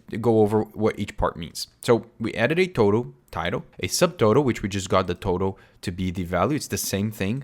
But if you were to, for example, apply taxes or anything like that, this or discounts, you could play around with this value. Now, the place order button is the one we want to click when it officially places an order. Now, to do that, I want to add here a function. I'm going to do it directly here. I don't want to do it in the context. And I'm going to call it place order. Now, the place order function is going to be very simple. It's just celebratory. It's not anything crazy. What it's gonna do is it's just gonna alert a message that says successful order, and then it's gonna clear the cart because you just ordered. You don't want to continue with the same cart. So we're gonna create this function called clear cart, which we haven't created it yet, but we're gonna do it. I'm gonna actually copy this and already import it over here. It's gonna kind of break our app for a moment because we don't have that function yet, but it's gonna be probably the easiest function for us to make, because the clear cart function is basically just setting the cart items to be empty. And we can just pass this over here. Not that, we need to pass the name of the clear cart function, and we should be good to go. Now,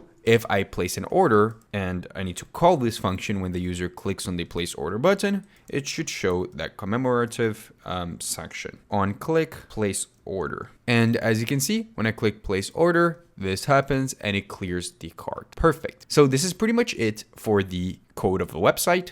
If you want, you can play around with it more. If there's only one more thing I would do is we forgot to add here a key to this item. And like I explained multiple times, you do have to put keys to the parents of items inside of a list. So that's what I would do. Now it's time for us to push our code, do the last code review with CodeRabbit, and finally deploy the website. So I'm going to come here. I'm going to clear this. We're going to do git add, git commit, and I'm going to say finished cart and checkout. And I'm going to say git push. Now it should push everything. We should see it appearing over here. And I'll let you guys know when it's done. Perfect. As you can see, nothing was major other than the stuff that we already had before with CodeRabbit. So we are pretty much good to go. I'm going to click here on merge pull request because I'm the only developer in my team, but that just shows how important it is to have CodeRabbit because I wouldn't have anyone to actually check my code. Now, if I go here to main, this branch has been closed and we now have all of our changes here in main. Now we want to deploy this website. How do I do it? Well, I want you guys to go to vercel.com and create an account completely free and connect your GitHub account to your Vercel account. Now to do this, you just go to Vercel, and then when you create your account, you just sign in with GitHub. After that, you go to vercel.com/new. Just go to this link and you'll be able to see this page. It will show up over here all of your GitHub repositories so that you can just import the latest one that you have pushed some changes. So I push change here to our Git repository, Ecommerce React website, and I can click import, and it is going to generate a new deployment for our website. Vercel makes it super easy for us to deploy this, but if you want to use any other deployment service, feel free to do so as well. Now, it is going to try to detect what is the framework to use for a project. A lot of people think that Vercel is just for Next, but not really. It accepts any kind of framework. So it detected that this is a Vite project, which is for React, and it is ready to deploy. I'm going to click on deploy, and you'll see that in no time, the deployment will start. There will be some build logs, and if there's any issues with our deployment, I'll let you guys know and how to fix anything. But usually there's actually nothing. As you can see, because our project is pretty small, it was pretty quick, and now our website is open to be visited by other users. So I'm gonna click here on continue to the dashboard, and I'll click on visit. All of a sudden, I can access this website that we created publicly, available for everyone. So this is how you would deploy a React website. It's as quick as, I guess this was like 2 minutes. So feel free to do this every time you deploy your next React website. And this is pretty much it for this course. This course takes you from complete beginner to being able to build a project like this. Now, this is a beginner course. So it is meant for people who didn't know anything about React. If you are an intermediate developer, you might have been able to reinforce some of the learnings by learning different topics. But I think that it is time for you as an intermediate to start building more advanced projects. Now, if you're a beginner and you don't know what to build next, my channel has several projects that you can play along with. I recommend trying to build another project in React to reinforce the stuff that you've learned so far. So for example, maybe try to build your next developer portfolio using React. Or if you want to go through a little bit of an adventure, you can try implementing your own personal APIs and actually fetching data so that you're not building your API in your local storage. Whatever you choose, the best thing that you can do is just keep moving forward and try not to get discouraged by how long it takes to learn this stuff, because it does take long. I learned React for the first time in 2020, really early 2020, and it's been 6 years. And I can tell you that the feeling that you still have a lot to learn will never go away. So it's about you actually starting to like that feeling, which is going to differentiate you from other developers. Now, if you want to get more in depth with React, I have a full React course which teaches a lot of the stuff that I taught in this video, but a lot more. We build 4 different projects and it will take you into a completely different level. If you want to check it out, just click the link in the description. Also, thank you so much CodeRabbit for sponsoring this video. I use CodeRabbit all the time, and in this video, I hope I showcased how important they are, especially for you guys who are going to be building React projects on your own. So again, thank you so much CodeRabbit for sponsoring this video. If you guys check them out, it's gonna really help my channel, because helping our sponsors help me provide more videos for you guys. So I really appreciate them. Now, thank you so much for watching this video, and I see you guys next time.